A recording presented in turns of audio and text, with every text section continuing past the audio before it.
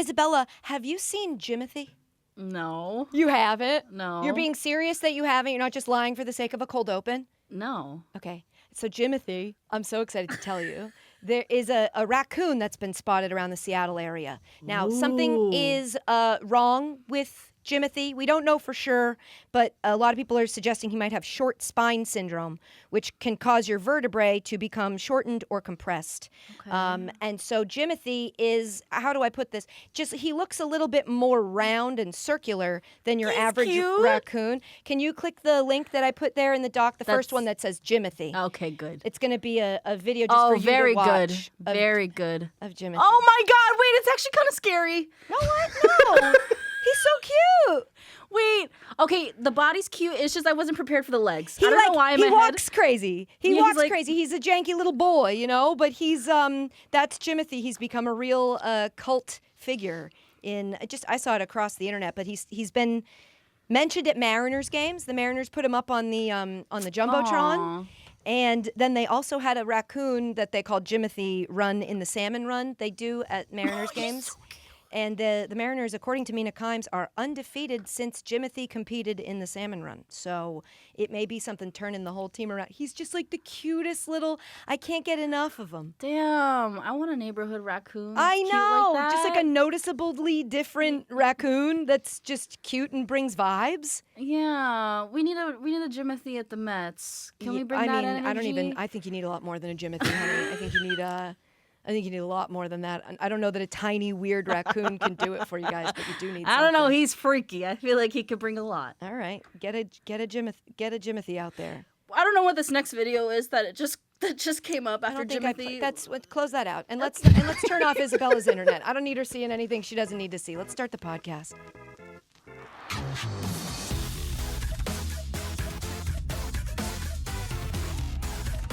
This episode is presented by Xfinity. Hello, and welcome to Casuals, a sports podcast that doesn't care what you know. We're just excited that you're here. We love sports. You love sports. And we want to talk about all of it. Have I ever not said we have lots to get to today? We have a lot to get to today. The World Cup has wrapped up. We got Fanatics Fest. We'll sort of try to put a bow on whatever the hell that is that has suddenly become just everybody is there, and it's all at once. We'll talk about it. We're also going to talk about some drama in golf. Uh-oh. Golf tea. Golf tea. Some may say. Spill that tea. The tea and the tea. Are you getting it? It's a double entendre. Okay. And then also the Red Sox are good. The Red Sox are kind of good. There's still a trade deadline to get to that I fear will do something to piss me off with our AI bots who run the front office. But anyway, you got to first meet the Casualties, the production crew at SiriusXM who are here to help us make this podcast today. We have Isabella, our sports newbie. It is I. We've got Bubba Brady. Technically, it is me. Okay. All right, Brady. And that's what he brings to the table. Brady, I talked to Andrew He, Jeopardy champion this week, and he told me that him and his family, his kids, I guess, listen to this podcast on like 1.75 speed in the car, which is absurd. But he Superhuman. said that his kid has started doing the like Brady, but imagine that on 1.75 is like absurd and crazy. But your legacy lives on in Andrew He's household. So there's that. And then our master editor, Chris, is also here. What's up? That's Chris. He's Australian. That's how you know. If you want to reach us, casuals with Katie Nolan at gmail.com. Our voicemail, 646-801-0043. On IG and TikTok, we are at Casuals, the podcast. You might be thinking, Katie, has it stopped? Have people finally left you alone on social media? And the answer is no. Still today, fresh comments. If you're going to respect this sport, then call it football. I've lost all hope. I'm staring into middle distance, and I just go, what is in store for us as a human race? If we can't, at this point, go, and was that the point of what she's talking about? So anyway, that continues. I will let you know. I will update you until they stop, okay?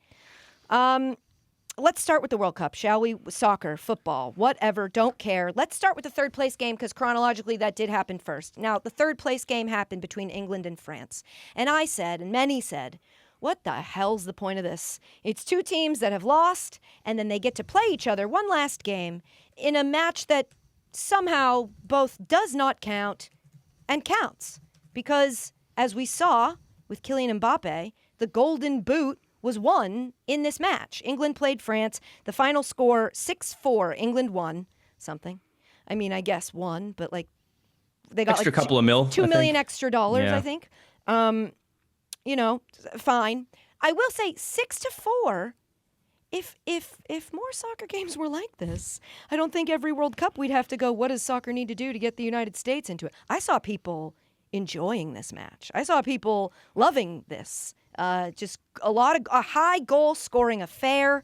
But I do think some of the controversy, I felt this before it started, it is kind of crazy. You get eliminated from the World Cup and then you get to play one more match. And if in that match you score enough goals that it gives you the lead in the Golden Boot race, you win the Golden Boot, right? That's an excellent point. It's kind of because crazy. Mbappe was still out there scoring goals. I know, and he did. It won the race for him. It also put him ahead of Messi in terms of all time, right? World Cup goals. Surely did. Yeah, I was his The 10th golden of boot the. is cute. Oh, you like it? Yeah, I like it. Is it just a cleat? I don't think I've ever Yeah, really it's just a looked cleat, at it. Yeah. but a golden one. Okay. Compare. They were out there. Would you wear it? Yeah. Great. What, Brady? They were out there having fun. Like it had all of the All-Star game vibes. Yeah. But like still high effort. Like you got to see what you wanted to see. You got to see all the goal scorers doing. Like Harry Kane sat out and Bukayo Saka was in there just, showing why he should have got more run for England. Gave him a hat trick. 4-0, and then England almost blowing a 4-0 lead became such an interesting subplot in the second half of that game.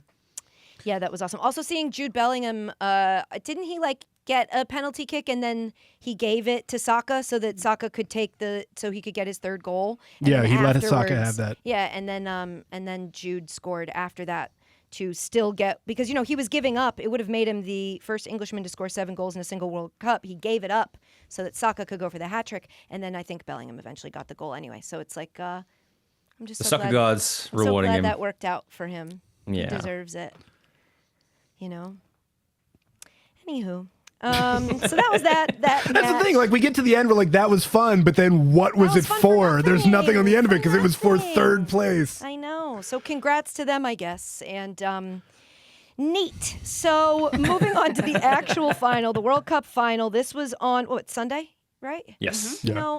I got a day for the weekend, so they all felt like the same day. Spain won. Spain beat Argentina 1-0 in extra time. Hello, I'll be brave and I'll go first. Snooze fest? I don't know. I get it. Defense wins championships.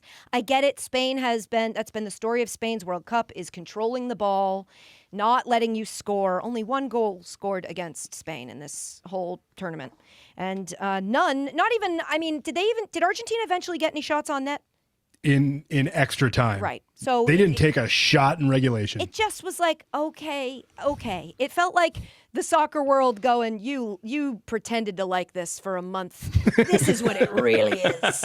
You like soccer so bad, eat this. And it was just like, wrap it up, you guys. But Spain eventually won 1-0 in extra time, thanks to a strike in the 106th minute from Ferran Torres.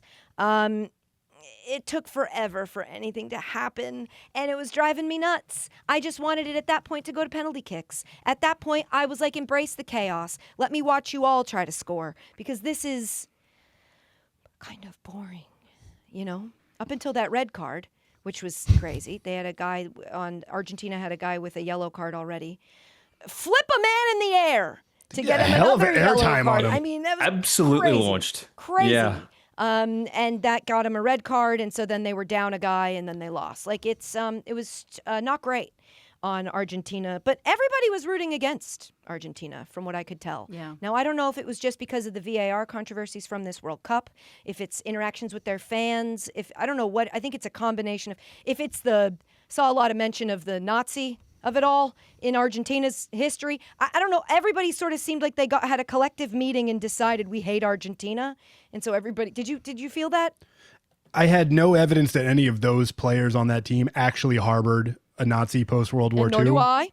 So I would put it on just like the VAR reviews of it, them getting the advantage of every VAR call made it really hard to believe in them. Also, the fact they were just coming from behind every game. Like it never felt like they were a dominant team, whereas Spain felt like a dominant team outside of like the Cabo Verde game. Like they felt like a dominant team every time out there. Isn't that crazy? Their first game was Cabo. That's when we first started looking over at Cape Verde and going, what's going on there?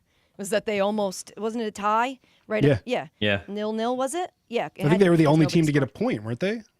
Like the only team to draw them? That makes sense. It was just a weird run. Spain, very controlling. They just, have control of the game the entire time, and good for them. Very exciting. After the game, what happened? Argentina players were attacking. I got to be honest, like I said. I saw someone grabbing someone's throat. Saw that. I saw that as well. I was like, whoa. It was just, they didn't score, like I said, until the 100 and whateverth minute. And so by the time it was over, I changed the channel so fast. So I didn't maybe necessarily see this live. Brady, were you watching this live? What happened? Yeah, I watched through the whole way because I had to get to the Trump of it all, which we will get to the Trump of it all, just to see the shit show. Yeah. So as Strong and Holden and all the broadcasters are like celebrating Spain, they're like, look at all this jubilant celebration. Oh, and there's an altercation. But look at all the no, they're having some words over here. They're trying to get through, like, look at Yamal going and embracing Messi. Oh, no, that guy just choked the other one and threw him to the ground. They're really having a hard time acknowledging everything that's going on because it was just a mess left and right. You had like an Argentinian coach like strike a Spanish player in the face. You had one guy grab another one, take him to the ground. Meanwhile, like Yamal and Messi are having like an actual genuine moment. There's just chaos going on behind them. They're also running in 1,000 media members and 1,000 FIFA officials onto the field at one time. It was a mess post game. Yeah, not cool, right, Isabella? Not cool. Yeah, not cool, guys. Yeah. Totally. She just wanted to make sure she said that. She looked you right in the eyes and said, hey, guys. Cut it out. Cut that out. Cut She's not mad. it out. She's disappointed. Love. Hey, guys, love only. Love always wins. Tiny heart. Tiny heart. You know, I'll give you one of these, too. A tiny little, all the types of hearts. That's right. The Utah one, this I feel like is very Mormon. Is it? I don't know. That's the only times I've seen it. And then you got I believe this comes from Korea. Okay. I believe they're the tastemakers in this space. And then this is, I don't know who started this. I don't know, but this is the one that has the emoji. That's right. That's the only one that triggers Zoom to make hearts come out of it. No, and it gets annoying every time because I have to remember that nobody that's listening or watching sees my Zoom, but we get bombarded with emojis. To me, the most interesting stuff that happened in this final was around the finals. The pregame, it was the halftime show, and it was the postgame. And so what we're going to do now is I figured we'll just go around the room here, and everyone will toss out something that stood out to them from the pre, the post, the midway, the celebrities that were there, the lead up to it, all the, the world around the sport, everything off the field. And I think my overall sense for me is that a lot of this was weird. It was weird. But I know Isabella may disagree, and there may be a dissenting opinion. So if you loved it, tell me the things you loved about it. But I'm going to start with iShowSpeed performing at the pregame show. The pregame for this, we'd heard the hype leading into this about the final and the halftime show, and how normally there's not a halftime show, and it's very hard to pull off a halftime show on the scale it appeared they wanted to pull it off in the time that was allotted and on grass. Famously, all these fields were turned into grass to be at the standard of play for FIFA and are now kind of crazy fast going back to turf. But they were like, you can't do it. So I assumed pregame we wouldn't see anything. What we did see instead was they brought out like a floor. They covered all of the grass in like a floor. And a lot happened. But iShowSpeed, the streamer, and look, I do a pretty good job of keeping my finger on half of the pulse of the streaming world. It's a lot, okay? And I'm old. It's a lot. But I know who iShowSpeed is. I gave him credit when he did the Royal Rumble that year, and he either took a spear or he speared someone. Wasn't he the one that did speared. wife carrying as well? Yeah, he seems very athletic. He also played in that Saudi Arabian that didn't end up being Saudi Arabian flag football tournament, and did a decent job with like actual NFL players. Seems like a very talented, nice guy. I think fine, good job. Has he always been a singer? I did not know. I've never heard that. It also says in here that he performed his hit. Speed performed his hit song, World Cup, (champions). Who decides when you write these articles to write the word hit? Who decides that's a hit? I've never heard it. His chat probably thinks it's a hit. Hit in the chat. W's in the chat if it's a hit. I don't think you should be finding out that somebody does music for the first time during the pregame show of the World Cup. So that's no disrespect to Speed. And it's very cool. I also saw a thing that like his dad drove a bunch of hours because he had travel nightmares to see his son perform at the World Cup live. And that's so cool. I just was like, what is this? You know? and who is this for? I guess the good thing about it is that it took away. Post Malone for a second was out there all by himself. Pre-game show, Post Malone by himself on a soccer ball shaped stage, singing alone. So the whole thing was weird, but that's where I'm starting. Let's go from me to Chris. We'll go me, Chris, Isabella, Brady. That's the order. Go ahead, Chris. So you're right in saying that a lot of the things that were tangentially related to the game was sort of crazy and weird and all that sort of stuff. But I want to highlight one thing that I actually loved and I thought was really sweet was after the game when Lamine Yamal's 3-year-old brother came up to him carrying a piece of the net and they just gave each other the biggest hug that I've ever seen ever. It was awesome. And then just seeing their relationship throughout the entire tournament, like we've mentioned it before, how close they always seem, how much Lamine Yamal seems to love his younger brother. One of the quotes that I read from Lamine Yamal was when he said, "My little brother means everything to me. I am in love with him. It feels like he is my son." And that was that sort of relationship that they had. And just seeing that just in that moment after that win was awesome. That's what the World Cup is all about. So I know there's a lot of crazy stuff, but I just wanted to highlight that moment because it was so sweet and I loved it. That is sweet. And I do love it. I don't know why that last sentence of what he said hit me it's strange. like he could just be your brother. He's just your little brother. I feel like he is my son. It makes me go, is he? Is he your son? No, it's his brother, right? Of course. I don't know. I'm not paying attention to soccer like this. All right, Isabella, it's your turn. Okay. I didn't really hate the halftime show as much as everybody did. It's the hottest take. Okay, tell me. Then you say the part you liked right here. Okay, I didn't say I loved it. I'm just saying, okay, I went into it already assuming that it was going to be a little all over the place. Yeah. And considering how many people were lined up for it, they did a pretty good job at making it tight. You know? That is true. Madonna's performance or pre-tape. Yeah, I think we have to say that was not live. That one was a little crazy. It was Madonna performing music, the song from I don't know, music. Oh, one brings the people. Yeah. I mean, that's old. That was together. Yeah. Whoa, Isabella. Really good stuff. I was over it. Really? It was Okay. over You sound like you loved and it. over again. It was her in a car. What type of vehicle were we looking at? A Jeep? Being driven by Ronaldo and Ronaldinho. Yeah. In matching different colored tracksuits, I think is what we saw. Oh, is that who drove it? Coming through the supposed belly of the stadium. I've never seen the belly of a stadium look so like long and uniform and clear. That was filmed somewhere. That's what it's called, the belly? And it was like the That's cute. right? Yeah, but usually that area is full of like crates, shipping Yeah, it's like a mess. materials. It doesn't look like that. Catering, It would never have looked like that on the day of. What I think they did was they used this as a cover to get the field set up. Yeah. Because they knew they were going to have the field all set up. So they start with Madonna making her way to the field. And then at the very end, she comes out, but she just was standing there waiting for a cue. And then probably came out into the stadium, finished a little bit awkward to see Ronaldo and Ronaldinho smiling the whole time while they drive. Like somebody had done in a dry run and said, like, you guys look miserable. Could you smile?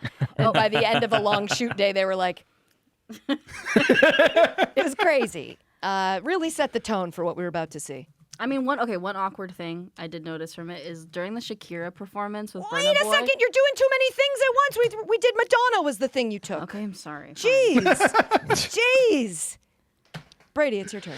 My thing is that in the middle of the pregame scenario between national anthem, FIFA anthem, suddenly Tom Cruise walks out to the middle of the I field did not see that. on a little tiny stage. He gets up on his little tiny Tom Cruise stage and everybody for about 10 seconds says, "Oh shit, is Tom Cruise about to sing? What is Tom Cruise singing I here?" hoped he did. it would have been better than what we got. What we got was Tom Cruise giving a pep talk or a hype up speech. It was like 60% of Bill Pullman and Independence Day, at which point it just kind of ends. And then Fox throws to another pre-taped speech from Tom Cruise somewhere else. Weird. So weird. I am all so because sick. Tom Cruise is promoting a movie that comes out in October that they didn't tell me what it's about, so I'm gonna forget it. Yeah. I don't like the name. It was like I'm over the pre-taped we're trying to get an Emmy set up for the big sporting event. I feel bad about it, but I'm just sick of it. I feel like the last good one was the John Malkovich, the orchestra between, what was that, before the NFC Championship game? Maybe it was the AFC Championship game. I'm so sick of these like celebrity, high-paid voiceover, shots of the action. Usually John Hamm too. Yeah, which tied to some promotion of something. I think the goat of this is Helen Mirren doing Where the Sidewalk Ends before the Women's World Cup. Yeah. And on paper, saying it out loud doesn't make sense, but it was over like the journey of like the U.S. women's national team and all their videos getting to where they were, and it really They landed. can be cool. This is just a me thing. I'm just sick of the like, here's Tom Cruise to do the speech that he'll toss to the other speech, and it's another thing. It's just like, can we just... But I get it. I should just sometimes keep my opinions to myself. This is a quick one. I'll do this one quick. What's up? What's with the anthems? So we got the anthems of the two countries that are playing, and then we get the United States anthem, which is where the game was being played. But normally you don't do the anthem of the host country. And if we were doing the anthems of the host country, there were two other host countries that we didn't do their anthems. I guess 5 anthems would have been crazy. But like it was so anyway, they did the anthem, and then during the anthem they cut to Trump. That was bulletproof glass, right? Had to have been. Because every time we've seen a cutaway to any Infantino in any game, it's always not been behind a sheet of glass. This time was behind a sheet of glass, which And you couldn't see him. The glass was so thick and there was so much glare. Because of the bulletproof. Funny to see snipers there, so you don't try, but also bulletproof glass. But then okay. And so they showed Trump during our anthem, and then he got booed. So unsurprising, I think. If there were any event where I feel like that definitely would have happened, I would have expected that he's not there. Why would they care? He's just a different country's president. I don't find myself caring about them too much, you know? Like, didn't Argentina's president not come? Because he said it was bad luck. Well, that's... Yeah, he's superstitious. There goes that. He watched the game from the same place he watched 2022. Yeah, well, and it wasn't that. So, good news. Sample size of one, my guy. Next time you can go. You know what I mean? Okay, which means that, Chris, your turn. What else? Another wild thing from before, after, middle of this World Cup. Something you liked, something you didn't like. Robbie Williams singing the FIFA anthem. What's that? Desire. First of all, what's the FIFA anthem? Second of all, how long have we been doing it? Third of all, why is it called Desire? That doesn't make me think sports right away. All good points. I just like that Robbie Williams has a platform to perform in front of an American audience, considering that no one in America seems to know who he is. We don't know him. The monkey guy? The monkey guy, exactly. The monkey guy from the movie? The monkey guy who everyone else in the world thinks is the biggest star, or was the biggest star for 10, 15 years in the world. Did you like the performance? I love that. You love what? I love that there's a star that everyone else in the world like knows and loves, and America's just behind on it. You know? Kylie Minogue, you could argue as well. I love that. Was Kylie Minogue not a big deal over here either? Not as big. She had a thing, but she wasn't as big, I feel like, as she was internationally. I could be wrong. I stand corrected. It's like a brief time where we couldn't get her out of our heads, and then just kind of faded away. Very good, Brady. God, was it very good, or was it fine? You know. So, okay, Robbie Williams doing FIFA's anthem. That's okay. And then, Isabella, you can do the Shakira thing here if you want it. But one thing, sorry. It's okay. One thing I thought was kind of funny was when I was watching the Shakira part of the show, and it was her and Burna Boy, is it felt like because Shakira was doing like such a choreographed dance, and Burna Boy is just like next to her like, you know, like not doing a choreographed dance. So that part was kind of funny. Is like she's doing these like full on moves, and then he's just like, and he's like, also me. I'm also also here. This is me hanging out. He's just like, we do this song together. Yeah, I just thought the part was so funny. Yeah, Shakira was great. I have nothing negative to say about Shakira. Anybody want to take a swing at saying something negative about Shakira? One negative thing, though? She looks phenomenal for her early 30s. That is impressive. Yeah, and she's not. And she's not in her early 30s, which is crazy. Yeah, she's not. What, Isabella? Not about her. It was, but the camera of her, it was like kind of blurry at first, and I was like, all right, we couldn't have figured out how to let me see her. Figure out this glare. We couldn't have wiped the lens a little bit. Like if that's what it looked like. It looked like someone didn't wipe the lens. They were just drooling. They were too busy drooling, and they forgot to clean the lens off, so we could fucking see Shakira, who looks incredible, who is incredible, and who's next? Brady, it's your turn. Me. Yeah. The musical performance at halftime started with a few notes of Seven Nation Army, which got me hyped. I'm a massive fan of Jack White. Love the White Stripes. And was he there? No! It was Dr. Teeth and the Electric Mayhem, the Muppet Band, and the Venezuelan Orchestra. Really quickly, just so that we can let the listeners in on something that happened this morning. During our pregame meeting, Brady said, "Can you believe it was Dr. Teeth and the Electric," and we all were like, "Who are you talking about?" And he said, "The Muppet Band."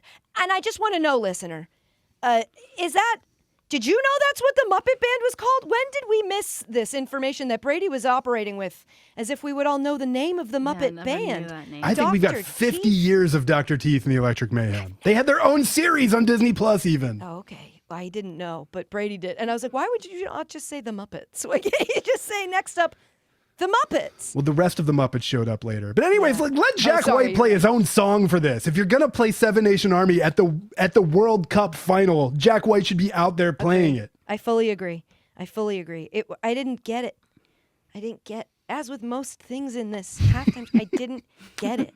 It's my turn again, right? Which means I didn't get why Justin Bieber played acoustic guitar. I love Bieber, and listen, Dan and I were hateration, making fun of everything happening. As soon as he sings, we looked at each other and we were like, that's a voice of an angel.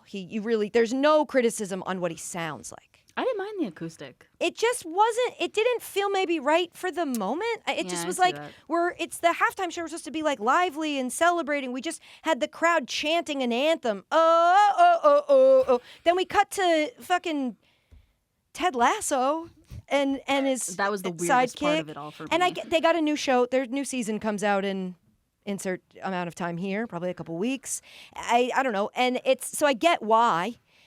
But they give him a hype up speech, which again, we don't need all these. 2 from Tom Cruise. We get Justin Bieber getting 1 from Ted Lasso. I don't think Justin Bieber was probably nervous. He headlined Coachella and showed us YouTube videos. I think he knew he's played at big stages before, but he just came out and sang Everything Hallelujah, which I know is very popular on TikTok and a lot of people make edits to it. It just didn't feel like it matched the moment of the very first halftime show of a World Cup final. Again, this isn't even really a knock on him. It was just programming-wise, which was Chris Martin's job, so I guess we could technically blame him. I didn't understand it as a decision. Even I heard Justin Bieber fans going like, why this? So I don't know. That part was strange to me. Chris, what else? You might not have understood that, but I absolutely understood why Donald Trump crashed the trophy lift photo for Spain. Okay, that did happen. So Spain wins, they get their trophy, and then President Donald Trump, can't realize or doesn't care that his job is to move out of the way so that the people who won can celebrate. Infantino's trying to motion to him to leave, and Trump's just ignoring him. It's just right in there. Crazy. Very funny, but this was absolutely always going to happen. Of course it was. Yeah. And then Spain had to edit out both Trump and Infantino in the photo that they used on social media of the club celebrating. Which, thank God the tech is there. It doesn't look like it at all. It doesn't look like there was anybody standing there. That's how easy it is to remove him. They were ready to do it. They took him out immediately. Yeah. And of course, because why is he there? Even if it was the United States team, I'd be like, go. You're not but just this lack of awareness or this lack of understanding that this couldn't be less about you, my guy. I'm really sorry, but this one time, it's really not about you. So go. The King of Spain was there and just thought, this is not my spot to be. I don't need to be up here. They were still doing that. That's how they run. They're a king. They're still. Yeah, I mean, I oh man, geopolitically, I'm not exactly sure how it runs, but I think it's a nominal king.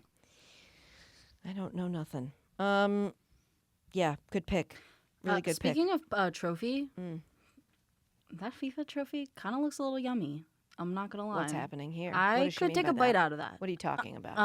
It kind of looks like you could peel the gold off and there's chocolate Okay, underneath it. I do. I see it. So it's like when you get a big Like bunny. a Ferrero Rocher. Yeah. Oh, Nice. You Yeah, know? because it's like crinkly, almost like it's been put around. Yes. Yeah, and I that's see that. that's I guess the only positive about that. That trophy Every is time someone lifts it up, I'm like, why don't you peel that a little bit? Give me a bite.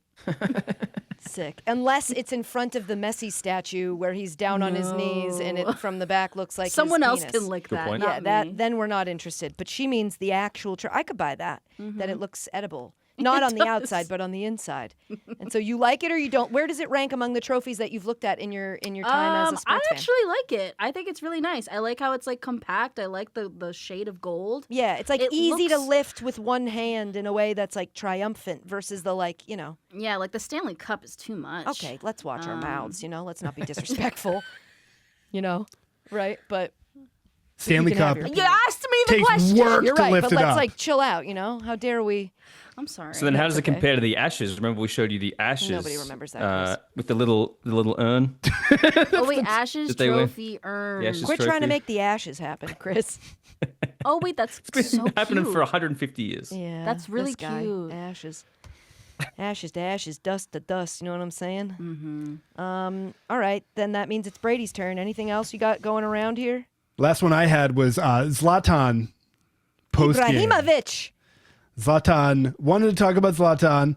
They were doing their sign off, Rebecca Lowe, Thierry Henry, and Alexi Lawless, and they were talking about how much fun they had, and it was a great experience for all of them. It was Zlatan's first time in TV, and he basically said to them, "Yes, Zlatan had a good time, but one and done." Yeah, And they were Zlatan like, out. Bye. Zlatan out.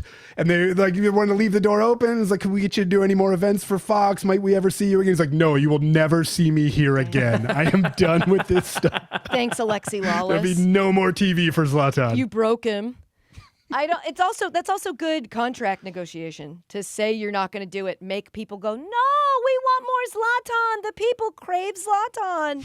And then they, up the ante maybe so it could be chess as opposed to checkers, but I would believe it if after this one experience, he's like, and that is probably the last time you're going to catch me doing that. It's a lot. It's a lot of work. They had him flying all over the place. In the pregame, you saw them in a helicopter, like a luxury helicopter, trying to get them from where they filmed earlier in the day out to the actual stadium. It was crazy. Speaking of Alexi Lawless, by the way, his TikTok now has all the medleys from every year from 2013, which is when we last checked in, to 2025. So he's now up to date, all the way from So 1970 will he put us out to of our misery? 2025. Oh my god. I guess so, until the end of the year when he does the 2026 compilation. And how are they doing view-wise? Are these things popping off? Are the comments getting a lot of... Between 2,000 to 4,000 views, it looks like. That's so Oh, much no, work. that's only the last four. Before that, 10,000, 20,000. Okay, all right. It just feels like a lot of 140. work. Okay, 140 I kind is of good. like. It's like he's taking over the what is it? What's the saying when you take the torch? Sure, you got it. Yep, It's- grab the torch. Yeah. Of that guy. Do you guys remember when there was like that yearly wrap up of like all the pop song remixes? I do. I at the vaguely end? do. Blame it on the pop. Blame it on the dance. Blame it on the rock and roll. Somebody listened to it all too much. So I'm like, oh, that's just what he's doing. He's making our end of year pop recap. And that's very sweet of you. But even that, it like took words and parts of the songs and mushed them together in a new and interesting way. This Yeah, is I haven't seen his. This is just Alexi playing like 10 seconds of every popular song from that year.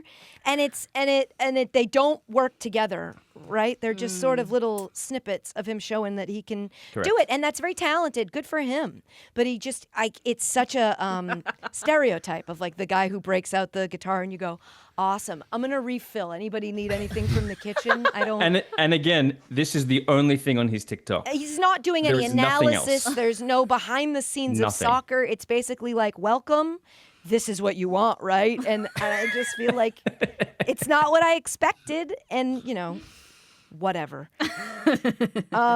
last thing I'll say is shout out BTS. How many are there in that? Oh, I couldn't tell. Because I thought 5, and then it looked like 7, and then I also was like, am I just not knowing which ones are the ones who are in the band and maybe some are backup dancers? I didn't know. I don't know them. But there was so many. I thought 5 was the critical limit for boy bands. I did not know we could push past 5.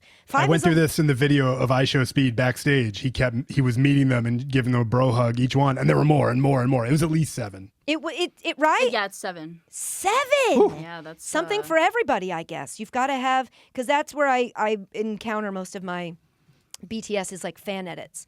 The K-pop girl bands and the K-pop boy bands. Have you ever seen a fan edit, Chris? You're not on social, You showed me so I'm one asking. last year, I think. Yeah, where they'll just like, it's like a fan cam. They'll focus on one of and the camera will follow them while they do their choreography. And then you'll just see certain like groups of the factions of the fan base will be like, I love this one. And they always show like, he has the best fan cams. And they're cool. They're fun to watch. But I don't, 7 in a boy band, nobody to fight over. Yeah. It's too many. Someone for everyone. Right. It's like you got to have That's what it more is. people in your friend group than they have in the boy band so that you can learn what it's like to go without. Yeah, but if you have a just all that small data friend group, collection. you guys can have 2 boyfriends. 2 each. Wow. Actually, Isabella's got me back in on it. That's exactly the new way of thinking about it.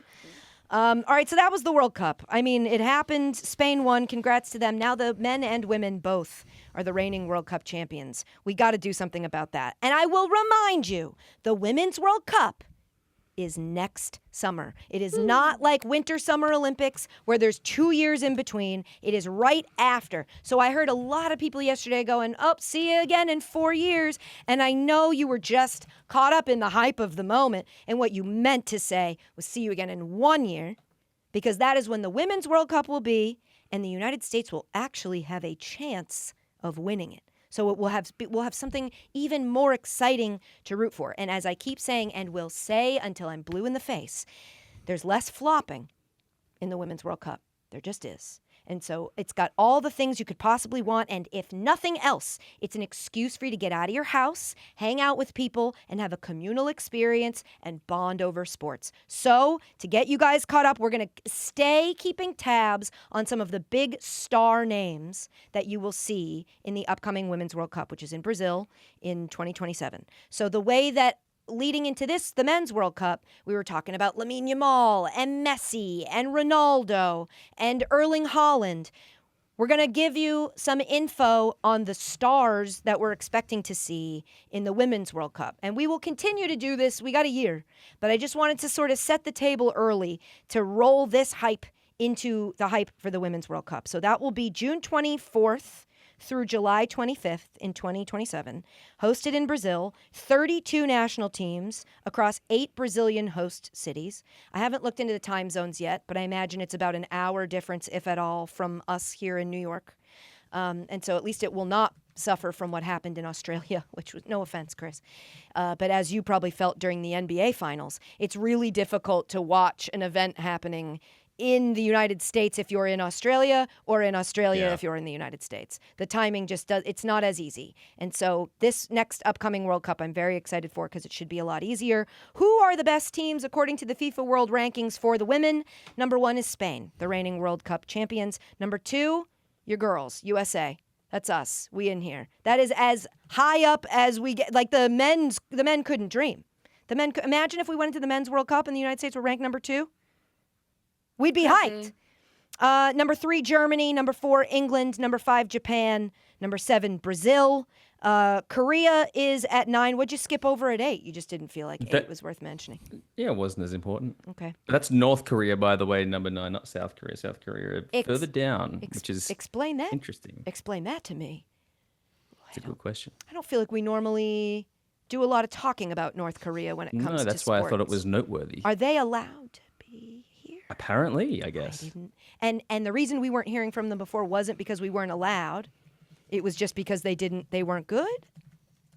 I guess. I'm confused and would love a little clarity. Just because I didn't know that we were. This comes on the heels too of finding out last week that Russia's been cleared to start coming back into the Olympics, and so it's like, is everything just fine now? North Korea did qualify for the 2027 Women's World Cup after a 16-year absence. So we're getting them. Okay. And they have a men's team or no? Ooh, there's no way North Korea is so progressive. They only have a women's World Cup team. There's just no chance. I don't know No, enough. I mean, they have a team. They didn't qualify. All right. Well, they're ranked number 9. So something, if nothing else, something crazy to look into. You know, what are we going to do with that? Italy ranked 13th. I don't know. That's a baseball country. Then we got Australia at 15. Chris, how do you feel about that? I thought we were ranked higher, to be thought so honest with too. you. I feel like 15's not great for the women's, because our women's team are much, much better than our men's team. And their much nickname like is US. the Matildas. Matildas. Oh, cute. So good. I know. Yeah. I love it. You want at first you go Socceroos. I wonder if they're going to make them the Soccerettes, and then you go, no, they're smarter than that. They went with Matilda. Thankfully not. Thank God. Yeah. And then number 39, Isabella, the Philippines. I know. I'm excited. I've already been looking at their jerseys. Yeah. So cute. Oh, I hope they're sick. They're Ooh, cute. that's a plea from us, guys. Please make the kits for this World Cup awesome. Please make them awesome, because I'll buy all of them, and they'll all get lost in my mailroom. Never got that France kit, by the way. Just never showed back up to me. So shout out whoever's wearing that, wherever you are. So who are some of the superstars that we're going to see? Well, we got Aitana Bonmatí. She plays for Spain. She's currently playing for Barcelona, correct? She hasn't moved. Right? Barcelona, yeah. Yeah. She plays for Barcelona. I mean, this is the best FIFA women's player in 2023, 2024, and 2025. She won the Ballon d'Or Feminine in 2023, 2024, and 2025. Bonmatí is sick. Absolutely sick and insane, playing for the reigning World Cup champions. So she's somebody to keep an eye on. Of course, we have Marta. Marta's going to play for sure. Not for sure, but all the reports that I'm reading is saying it most likely will, yes. I mean, Marta's still got it. So it doesn't...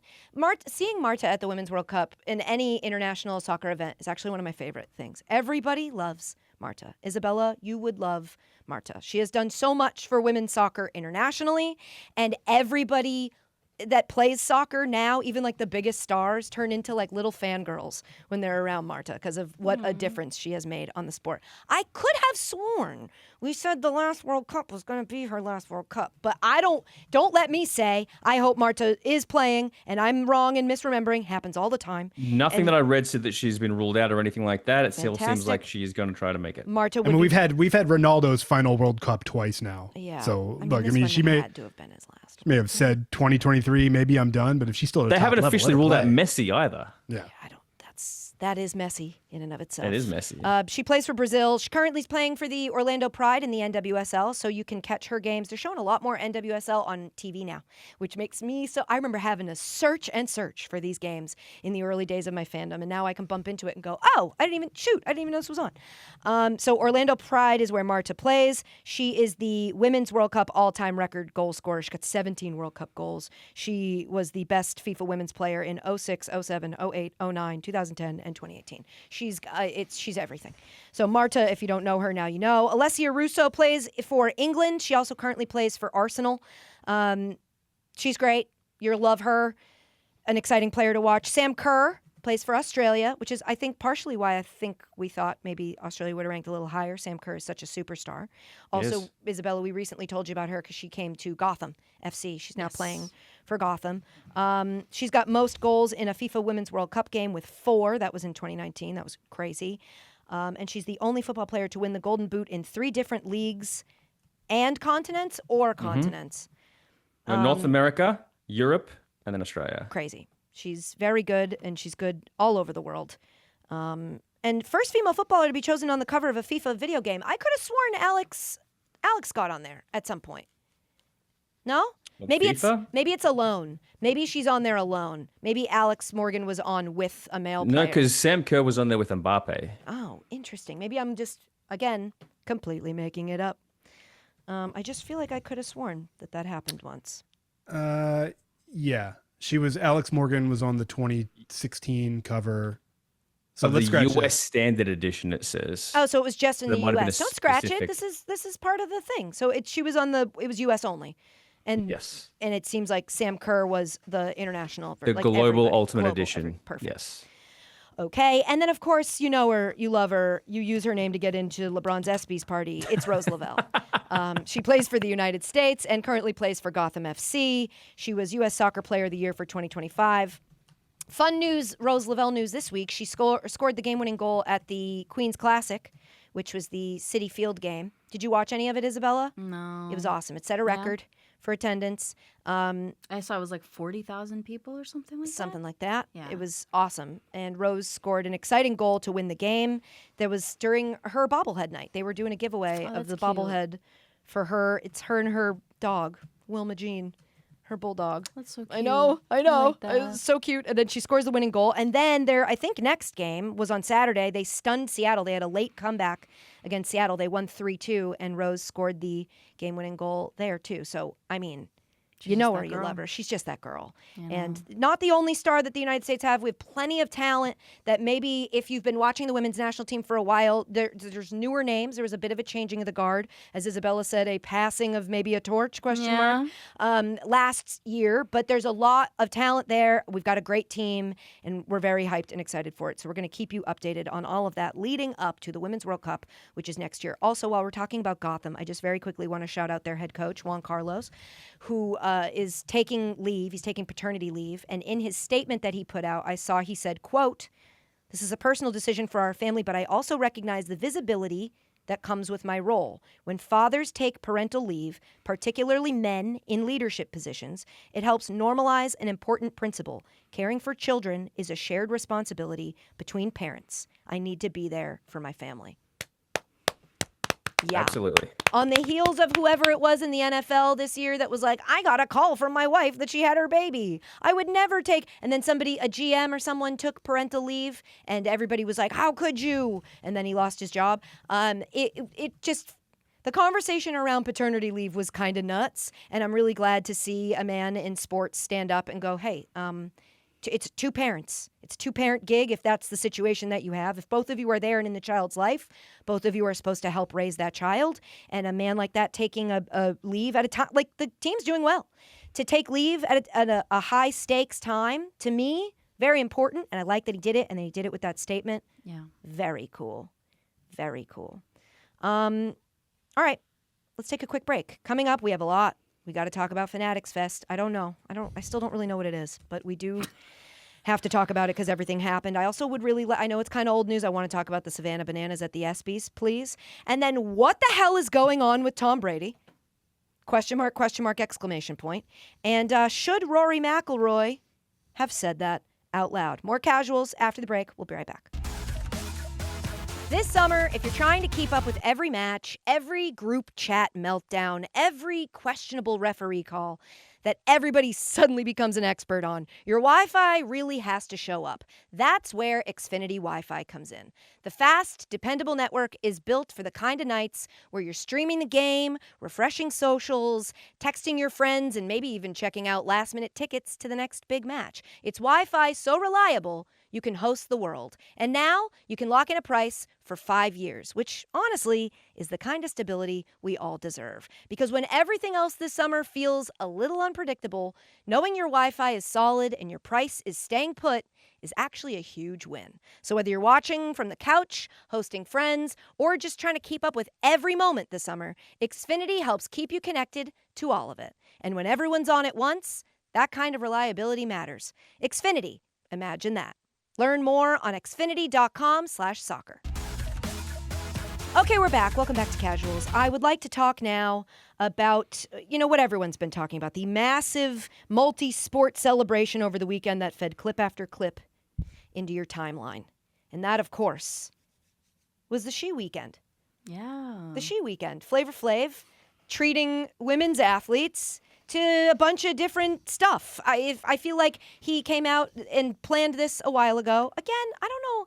Am I just given the vibe that I'm an introvert? Because I'm not getting the invite to the things I want the invites to. And I do feel like I probably might have said no to this, but I would have at least liked to see it hit my inbox. Yeah. You've made it very public, your feelings about Las Vegas. I don't like Las Vegas, I know. And I also don't like really leaving the house. So again, like I said, maybe but I just want someone to say that. Like, hey, Katie, we knew you wouldn't come. So we didn't invite you. She Weekend was just a celebration of women in sports. As promised, the city of Las Vegas celebrated the women of Team USA Thursday through Sunday, hosted by Flava Flav, called She Weekend. I bet they tried to make it like the She-End.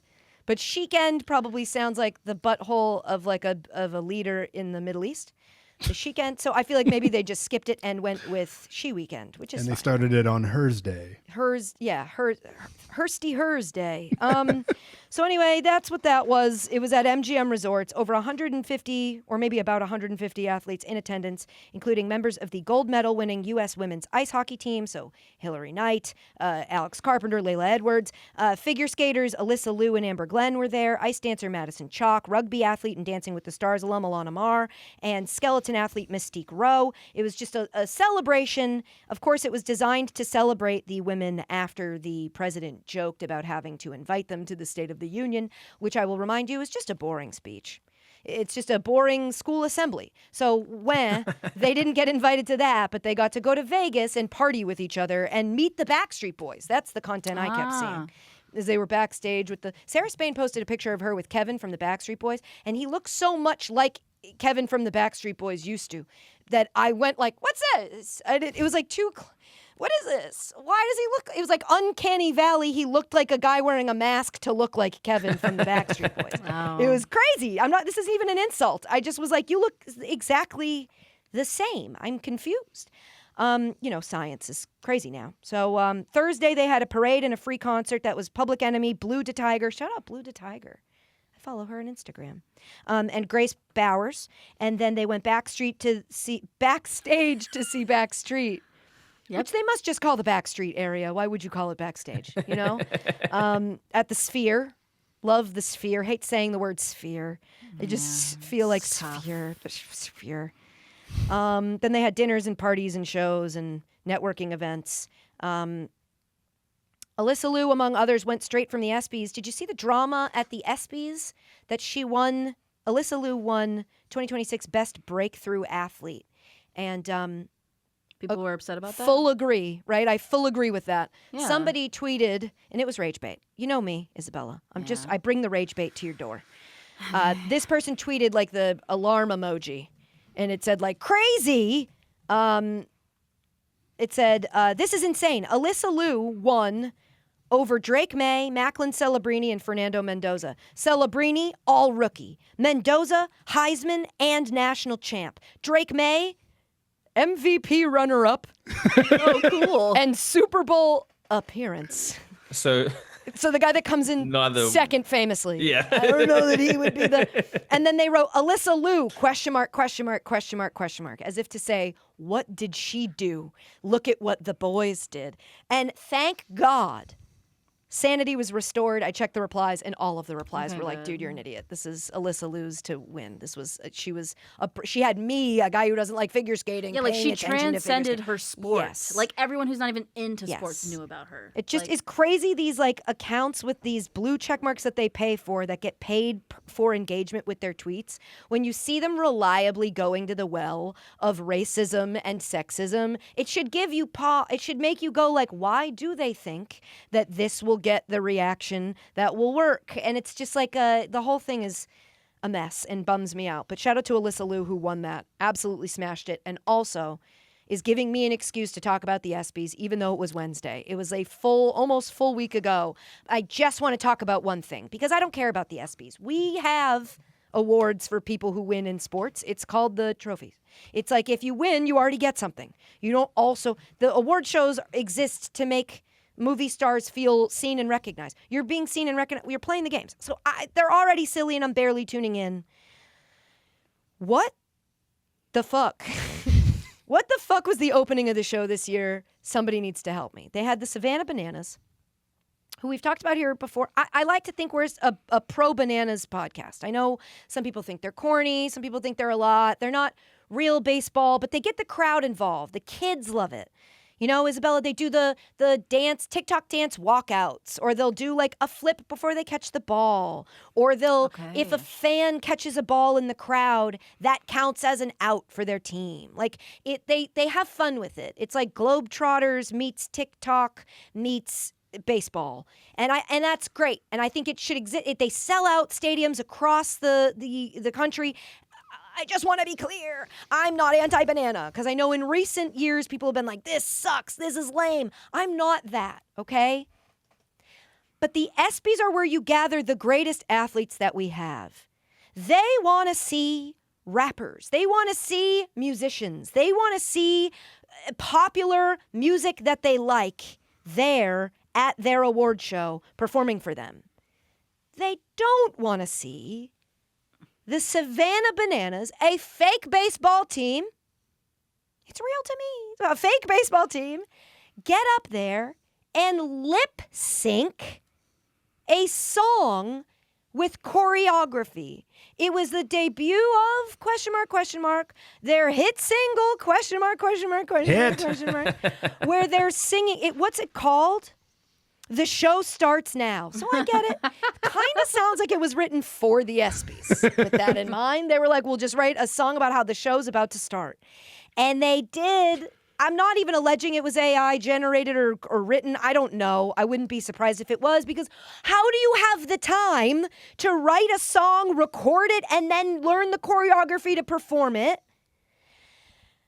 Why? Who thought this was? Am I alone in this? I just need you guys to make me feel less mean. I thought this was the worst.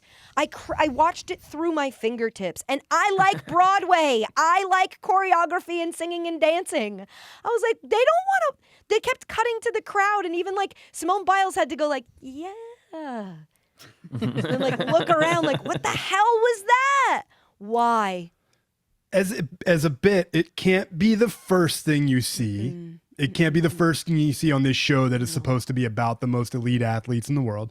And it also should be the Savannah Bananas singing about something else, where you're crossing over like something you were going to find a way to talk about, and then using the Savannah Bananas as your vehicle to talk about them. Like maybe they are singing a song about Alysa Liu, which then it's like, okay, we're crossing over worlds. We're getting this sports phenomenon in to talk about something more important. Can't just be them singing about themselves. Can't just be them singing about having a good time. Yes, Isabella. You want the Savannah Bananas should do the Angela Bassett did the thing rap from the BAFTAs, whatever year that was. What's her name? I keep forgetting. I forgot. I know, but I know. Ariana DeBose. Yes. Ariana DeBose did a little rap that mentioned all of the nominees at the BAFTAs and got torn apart for it. It was very cringe. I think she was trying. It's not her fault, okay? And she got torn apart for it. But the Savannah Bananas doing something like that, at least you can it's like, oh, they're the Bananas, let them do their little rap. But this was just like, we don't care about your song. Please get off the stage. Like, get up there and go, like, check out this cool baseball thing we do. Fine, like, do tricks, but don't lip sync your own original song that we've never heard before. Either lip sync a popular song and do crazy baseball stuff to it. It just was a miss in every way. I was shocked. How this wasn't even good for them. This doesn't help them in any way. It just sort of left them out there to be destroyed by the internet, and they were. So we'll lay off. I saw somebody make the conspiracy theory or pitch that they think if baseball locks out next year, that MLB will go all in on the Savannah Bananas like their replacement players. Like they will, like, we don't need MLB. We have the Savannah Bananas. And I know we're joking and having a good time. We can't have that, okay? The Savannah Bananas can't replace Major League Baseball. And I can't.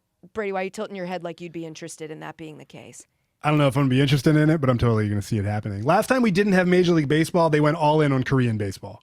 Which I would do. I mean, that's fine. That's baseball that exists, and it makes us more aware of the world. I don't think that's ever bad for the United States to do. We do tend to be a little insular in what we pay attention to. But what I'm not going to do is be watching fake baseball to satisfy my real baseball crave. I think we need to make sure there's baseball. I just want to say, okay? Can we please make sure there's fucking baseball? Okay, now to the other massive multi-sport celebration over the weekend that fed clip after clip into your timeline. It's Fanatics Fest. What is this, and where did it come from? Fanatics is a clothing company / card. Which did they do first? First the cards? No, it feels like they did the clothing first. I thought before clothing the gambling was later, then gambling. I think gambling came last. Everything's gambling now. Does ESPN still have ESPN Bet, or did they close that down? They closed that. Thank God, because I was like, this isn't, I don't think we... Okay, but I think the gambling came last. Then I think it was clothes, and I honestly, maybe not. Maybe clothes was first. See if you can get to the bottom of it. Fanatics. They started with sportswear in 2000. Only 2011? This company's only been around for 15 years? Out of nowhere. Good and God. now all of a sudden, everybody you've ever seen in sports is at Fanatics Fest. It is a Comic-Con type convention for sports, for card collectors, for just everything. And one of the main features is that you can pay to get an autograph or photo with a number of athletes. And Brady did a lot of research. I don't know that we have time to go through all of it, but about the most expensive people available to us at Fanatics Fest. What do you got? Let me start you with a pair of names. You tell me which one you think I thought should you said be perineum, like the space between your balls and your butthole. Let me start you with a gooch here. Okay. Tell me which name you think would cost more to pay to just have a photo with them. No autograph. We're talking about just stand next to them, photo, peace out. Okay. Caroline KK Harvey, Okay. your Olympic gold medalist. Right. Or Livy Dunn. It's going to be Livy Dunn. They're going to charge more for Livy Dunn. It's Livy Dunn. I gave you the the depressing men- one to start. Yeah, that is very depressing. But only by a little bit. It's $114 for a picture with Livy Dunn.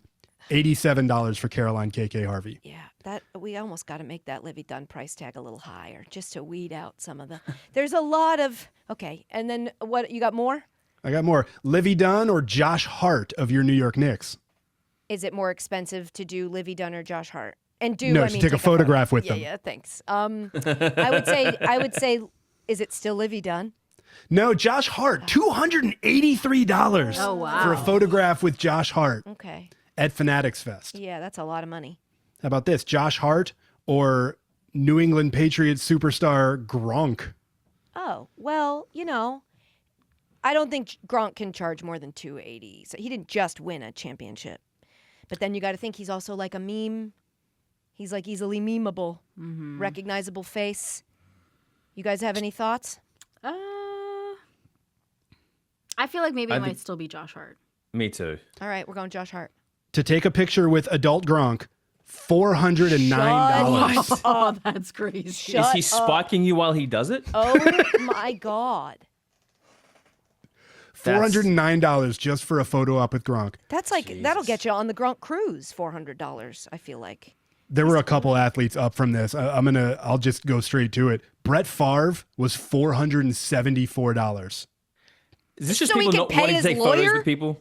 Yeah, Brett Favre is in debt, is he not, for the scam that he ran, allegedly? Are we allegedly? Didn't they find him guilty of that? Whatever. Anyway. Whatever. There's a lot of people saying that Brett Favre defrauded the state of Mississippi. A lot of people said it. Many people. Scottie Pippen, second best player of the 1990s Bulls. Yeah. $665 to take a picture with Scottie Pippen. And at this point, I think it's just because the people who know who Scottie Pippen is like that and who care like that have disposable income. So they're trying to fleece those people, it feels. Yeah, it's like Joe Montana was in that range. Yeah. The number one most expensive athlete, though, to stand next to and have a photograph taken with, it was Jalen Brunson. Yeah. $937 plus fees, which took it over $1,000 total. Fees for what? I don't know, ticket fees. You know how much tickets work. The photo? Processing and stuff. Standing in line fee, velvet rope fee, Yeah. air conditioning while you're standing in line fee. And listen, $937 I plus imagine fees. this part of the business is very organized because it has to be. Because if you're spending $930-something to take a picture with a guy, it better be organized. I will say the event did lack a bit for me in the organization department. That's all. Just been to a lot of events. Went to this event, by the way. Went with Activision. Activision had a panel about Call of Duty and sports and the intersection there. It was me and a couple of the CMO of Activision and one of the guys from Infinity Ward, which is the studio that makes Call of Duty, and then Indy Navarrete, the girl from the breakout star from Obsession. She plays Nikki in Obsession. She was so sweet. And again, that's where my Livy Dunn hesitation came. I've watched people be very weird with Indy Navarrete in a way that I was like, all right, everybody. She's a very pretty young lady. Let's all back up, please. Please back up from my new best friend, Indy Navarrete, and please leave her alone. You're all coming on very strong. to this poor girl. We had to like stop our panel because people were like, I love you, Indy! Like over and over and over. Yeah. No, it didn't get old. It was like telling me that it's football, not soccer. The audience loved to keep saying that they loved her. And then Kevin Durant. Kevin Durant was also on the panel. And so it was great. I love Call of Duty. I play a lot of Call of Duty. I love any conversation around Call of Duty and like famous people that play it because I always find it really fascinating. You could be in a lobby with somebody famous and you don't even know. And that got me to Fanatics Fest, a place I never thought, if you asked me, I'd ever be at. And it was fine, and then I left when that was over. I guess anxiety isn't as common as I thought it was because it's just a sea of people sort of lurching in various directions based off of what's happening. I saw out of that, I was like, that looks so claustrophobic. It was absurd. There was a part where Gronk, the aforementioned expensive to take a picture with Gronk, got dunked into a tank of whose sauce was Raisin cane Raisin, sauce. of course. Raisin yum. cane sauce, which I don't think is the same as water. I don't think you want to get into like a mayo-based tank. I think like for some reason it seems easier to drown or suffocate in that just because of how heavy it is, you know?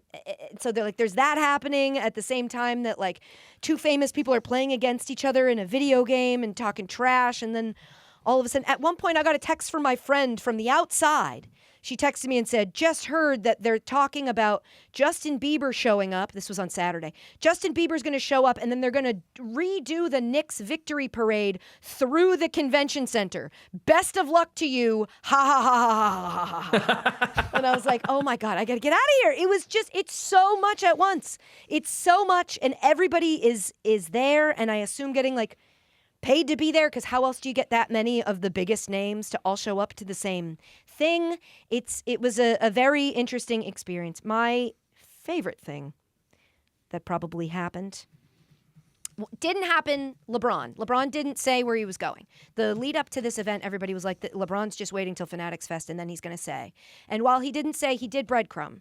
He kept saying, he used the phrase, I want to go to a team that trusts the process. And everybody went, well, that sounds like Philly. Isabella, that's famously Philly's like saying, was like, you got to trust the process. Oh, okay. And so he said that and everybody was like, oh. And then I saw him say, like, it's already basically out there. You just got to look. I saw a video of Steve Kerr, head coach of the Warriors, leaning out his car window. Probably AI. I don't know what's real anymore. But he said, like, we already got him, to somebody who was driving by in a car. So it's just like, and then I saw another Instagram post with horse heads on the bottom, which would be, I guess, the Mavericks, which there's no chance that that's happening.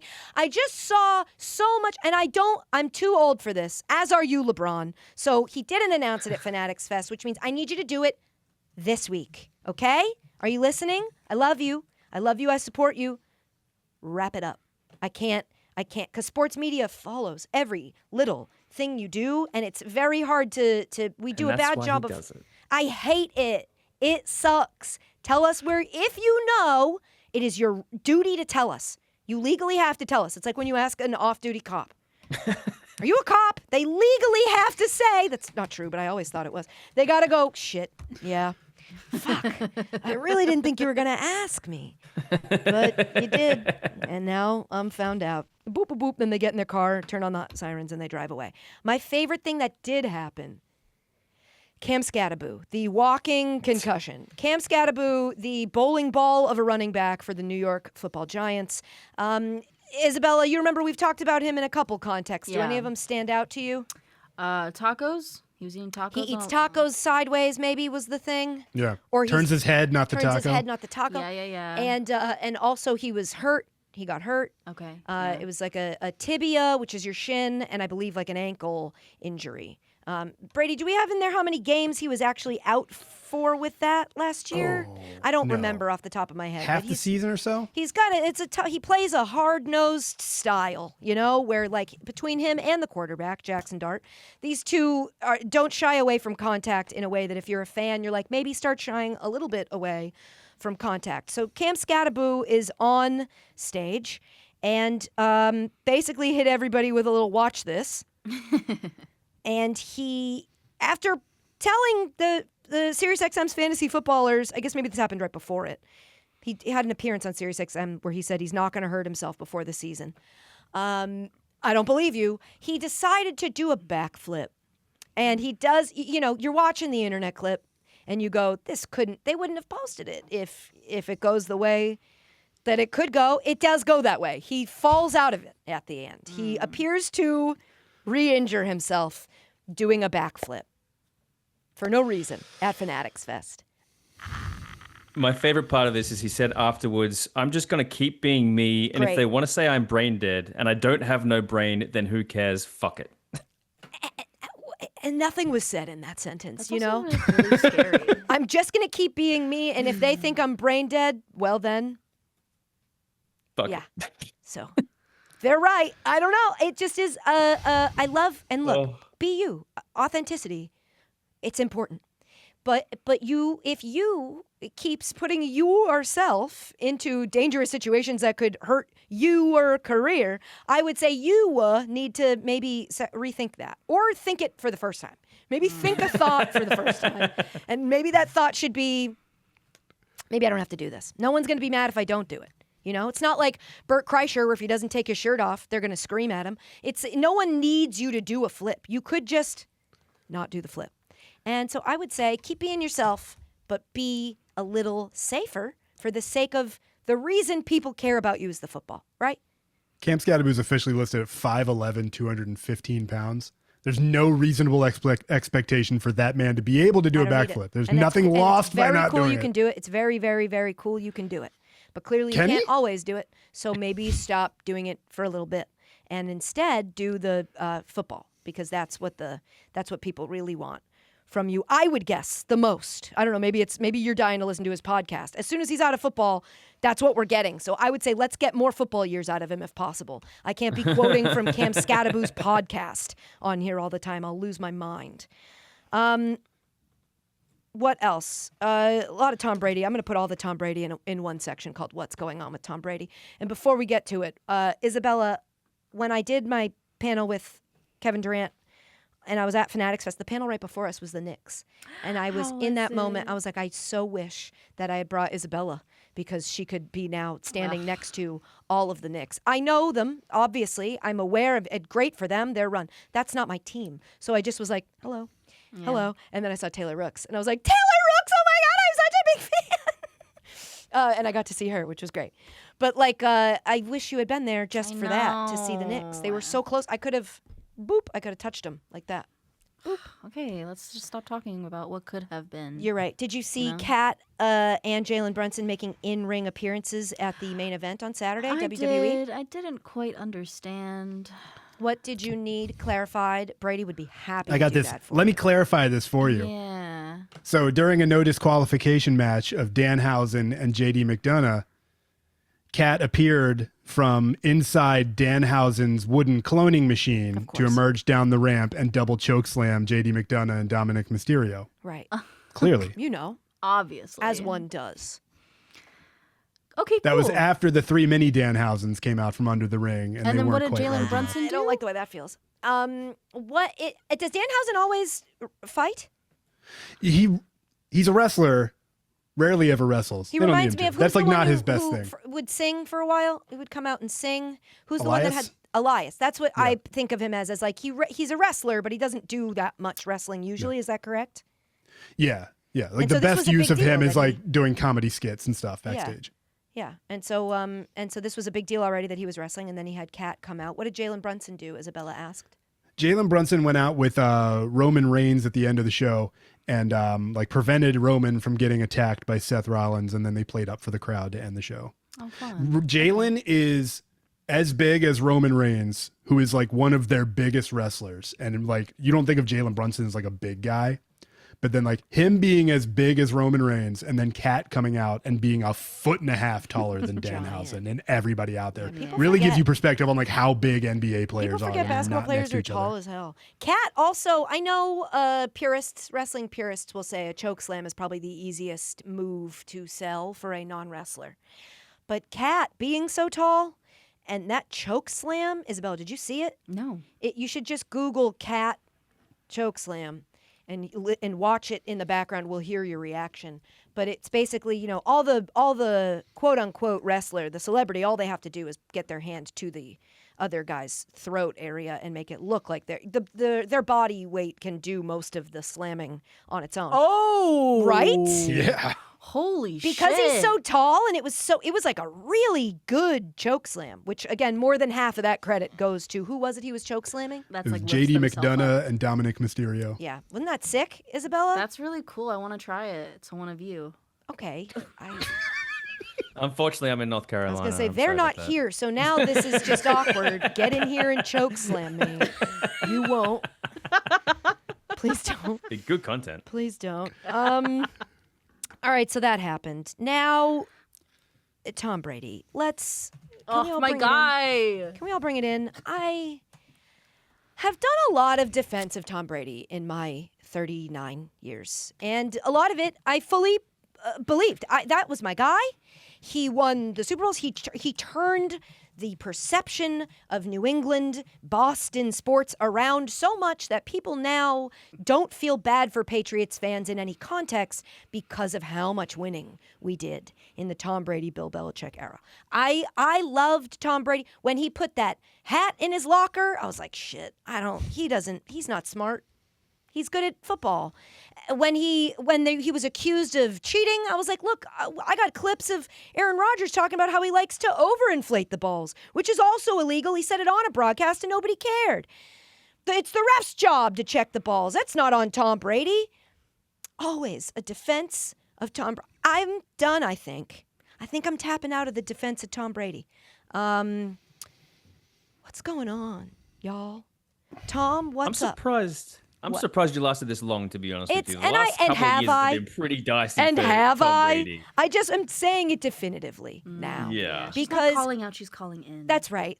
That's exactly right. Because after the Super Bowl, when he pulled that, it's embarrassing that this is what it was. But when Tom Brady pulled the I don't have a dog in the fight of this Super Bowl, Yeah. when it That's was kinda the crazy. Patriots against the Seahawks, I was like, how is that possible? How is that possible? And I get it, you've got issues with the front office. And I get it that a lot of the times you were taking team-friendly deals and restructuring in a way where you sacrificed on behalf of the team and you felt that the team did not make moves with your sacrifices in order to surround you with the talent to get you what you needed. And however it ended, you are entitled to the way you feel. I will not invalidate your feelings. I will ask you to work through those with somebody.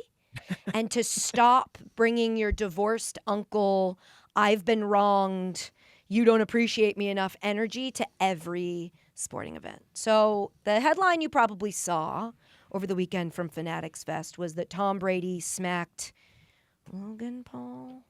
Logan Logan. Paul. Logan Paul.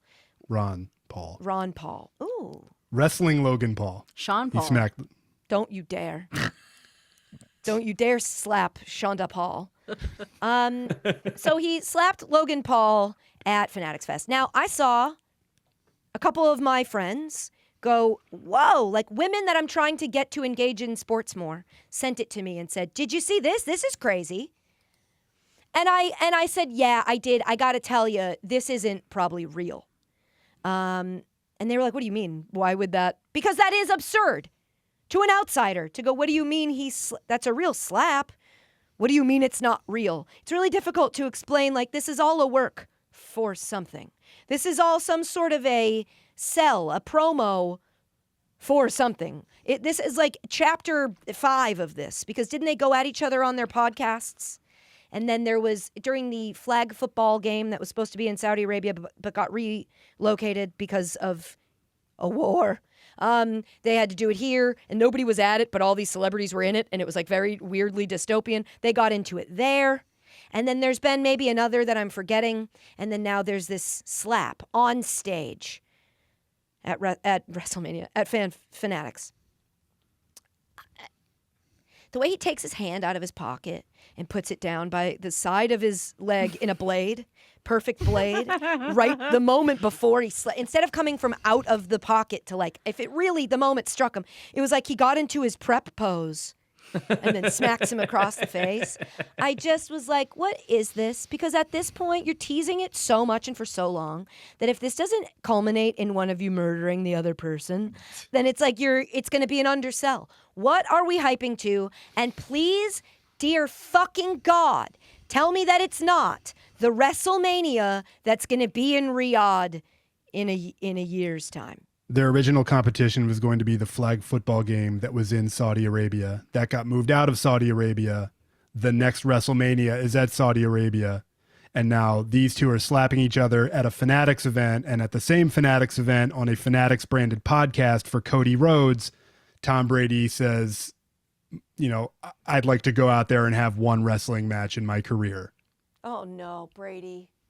I would say Tom Brady versus Logan Paul at WrestleMania next year feels like A, pretty damn close to a lock at this point, and B, so far below Tom Brady is why it's so aggravating. Why does he do this? He had cultural cachet. He was cool. He won. He was like, look, is he great at acting? No, but a cameo of Tom Brady in whatever you're doing would hit in the old days. Now you go like, this fucking guy. He has immediately, so quickly, and for what, cheapened his image into this like, yeah, of course Tom Brady was there because Tom Brady's always there doing something for prime energy. Comes out in a Noble shirt. He was at Fanatics Fest. He did the Undertaker entrance while they played the comeback against the Falcons. Something that means a lot to me. Even I was like, what the fuck? It's him sitting up in a casket and like getting out. And how young was he when he was on his Patriots run? It was the beginning of his whole career. Is it possible that this is him going through his yes, I haven't experienced it's also him stupid and crazy going through his 20s. divorce. He's going through his divorce and watching his supermodel wife who stuck with him through all of it, that just all she asked for was like, I want time with you before our lives are over. Can't you just be done with football? And whether you agree or disagree with her, you could understand why a mother of, they've got a lot of kids. Why she'd be like, you're missing out on their whole lives. Why don't you take them some time? And he said he would, and then immediately went back on it the second the offer was there. And she was like, okay, then I'm going to go. And she did, and she has moved on. Did she remarried that? She married that guy, right? The jiu-jitsu guy? Jiu-jitsu instructor. I believe they even may have had a kid. But she's like she's living the life she was looking to live. That Tom Brady made it sound like he was going to want to live with her at some point, but clearly had no interest in doing so. But it's just hard for me to believe that what he would rather be doing is like this, is like, getting talked about at the white party of Fanatics, talking to Tiana Taylor, and then is he dating Alex Earl, who might be dating an F1 driver? And then it just is like he's trying to play a young man's game. And at this point, I'm like, who's excited when Tom Brady shows up? And that bums me out so much to say. I just am like, what? You don't have to come to everything and do everything, Yeah. And do you think he's getting paid a ton of money every time he does one of these things? Or do you think at some point they go like, he has to just say yes? I think he's getting paid. He's still getting paid a ton. The quote is still high, but part of the mystique of it, of how the quote remains high, or just how the demand remains high, is if the supply of you remains low. The supply of him's not low. I feel it's not like special that's anymore. The old way of thinking, though. That's like everything now is like if you don't say yes to more stuff, you always have to be at the front of mind for everybody, or else they'll forget about you. Is at least what is always messaged to, I don't know, people who say yes to things they maybe didn't want to do, but feel they have to do in order to grow the scope of their podcast that they hope becomes successful and brings more people into sports. It's like whoever that may part be. of it, just an alleged just a person. It could be anybody. It's really an avatar. Let's call her Katie. It's like you've got to do these things. You're supposed to say yes all the time is what it feels like. And I don't know, man. Every that doesn't time I apply see to Tom Brady's brand growth, though. I know. Like he was Does he have not an going. ownership stake in Noble, or is he just No, that's shilling his. for That's them his all brand. Okay, Yeah, all right. that's what the Brady brand merged with Noble when he has his like Brady TB12 clothing or that just whatever. said Brady across the front of it. It was his Brady clothing brand. I may have bought a sweatshirt because I'm a dumbass like that. Well, and your I just name's want to have a Brady, shirt that so says it's Brady. fair. It Yeah. felt Yeah, kitschy. it's fine. It is. I But that noticed you don't merged with wear it Noble. anymore. It's a pajama. It's in the Yeah, pajama. That's an indoor hoodie, yes. as we call it in our house, because you're like, yeah, at this point, it's kind of actually embarrassing to wear because he's just always out here. Then on Sunday, they were at the final, the World Cup final. Him and Logan Paul from like a section over are like flipping each other off, giving each other the middle finger.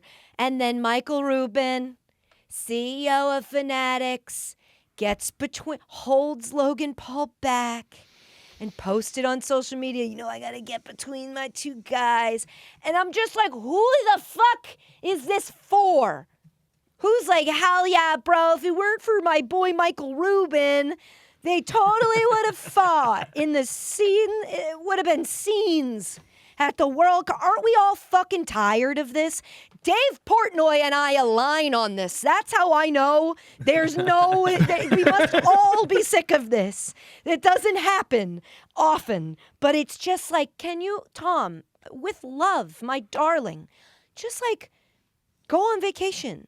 Like go away for a little bit and please stop making it so obvious what you'll do for a check. It makes me feel like the debt from the Bitcoin thing is more than we thought. Was it Bitcoin or NFTs?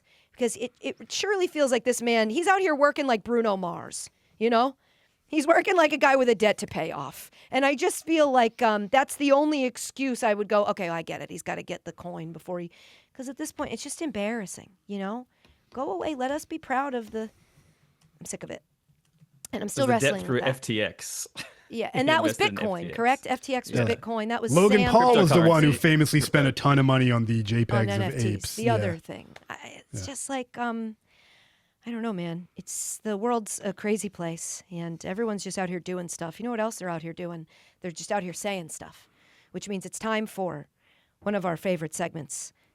Should I have said that out loud? Across the world of sports, athletes just be saying stuff. And we pulled some of our favorites from the past week.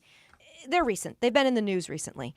And this is where we decide, should they have said that out loud? Or was that maybe an indoor sweatshirt of thoughts? Was that maybe something you think and you don't say out loud? First up, we have Cam Ward, the quarterback from the Tennessee Titans. Young guy. Made an appearance at a Nashville elementary school last week. And he played dodgeball with the students. Cute. Cute. We love that. Very cute. Adorable. After the event, he said this. It was fun playing dodgeball with them because as much as I really wanted to peg the shit out of them, I couldn't. But we learned a lot that day. I don't think that's what. I don't think that's what he meant to say.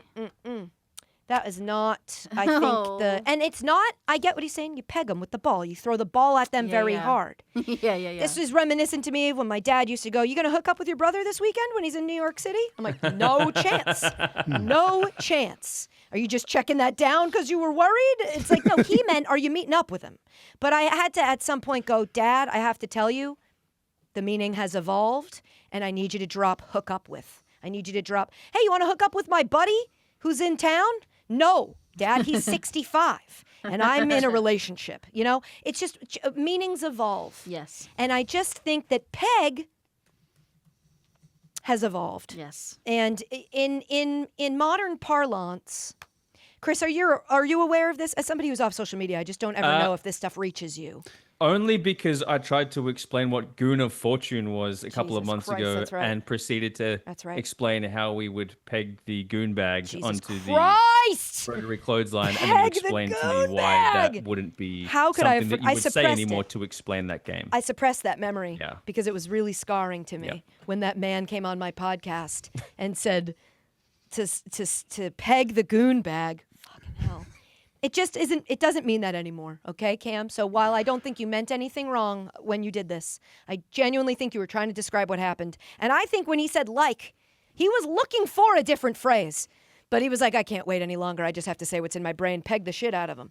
And that's That is not what he meant. So no, I don't think he should have said that out loud, but I think he'd agree with me. He's just getting away with the intent to injure children regardless of the vernacular? Yeah.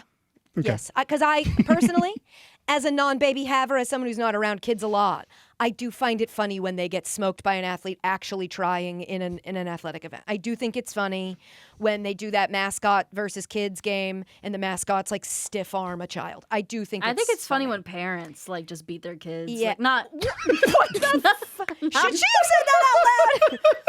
A rare live version of Should I Have Said That Out Loud brought to you by Isabella, and the answer was no. I do think it's funny when parents beat their kids. No, when they beat their kids like in basketball or like a game of life. When they and it's win in a sport against their kid. Yeah. When they like try really hard and it's like, no, I'm not going to let you win because you're a kid. I think it's so funny. But not the other thing. She didn't mean that. She didn't mean that. But Cam Ward, she gets you on a soul level. She understands you now. So no, Cam Ward should not have said that out loud. Next, Draymond Green. You already know. We could probably just say the answer is going to be no. That he shouldn't have said it out loud. But he went on a podcast. He went on something. He's always going on something. This one was actually, it took me too many steps to track down where he said this. I gave up. But he said it on something. And if you Google it, you'll see. Draymond Green was Easiest on a podcast. answer, it's the Draymond Green show. It was his show. Let's just say, yeah. So he's on the Golden State Warriors, Isabella. You know that. And he went on a He's podcast. Still playing? Yeah. Free agent. Yeah. I didn't know that. Oh, so he's not on the Golden State Warriors. No, free agent right now. Sorry. He's a free agent. So Oh. anything could happen. Okay. A lot of ball game left, potentially, in the offseason, ironically. Anyway, he went on his podcast and he was recounting a conversation that he had with his now, I guess, former head coach, Steve Kerr. And let's just let him tell it. Let's just let him tell it. Go ahead. My head coach, Steve Kerr, came up to me, I think it was right during that time, and he said, man, it's becoming incredibly hard to support you publicly. And I said back to him, don't. I'm fine. I don't need you to support me publicly. I'll be all right. I can handle things that I've done to bring things up on myself. I can handle them. I deal with my own shit. So don't. When I said it to him, I could see the weight lifted off his shoulders. Like, what? Yeah, don't. Okay. And now that could be what Steve Kerr meant when he said that. He might have meant that he was looking to stop having to defend Draymond Green. And maybe his shoulders really did look like weight was lifted off of them when Draymond absolved him of that duty and said, don't even stress, coach. Don't you even stress. I got it. I don't think that's what Steve Kerr meant. As somebody who has said to someone before, hey, so just a heads up from a place of love, it's getting kind of hard to defend you publicly. I didn't mean, can I stop doing this? I meant it may be time to start thinking before you speak and just sort of checking your own actions against who you want to be as a person. That's what it meant. Was like it's getting kind of hard to go out here and say, I know Draymond, he's a good guy. I'm putting words in his mouth because I that's just usually what that means. Hey, it's getting kind of hard to defend you publicly. And he went, oh, no, that's all good, coach. You don't have to. I'll do it. I got you. I got you, coach. Podcast. I can do it. And then the fact that he perceived that Steve Kerr was like, oh, my God.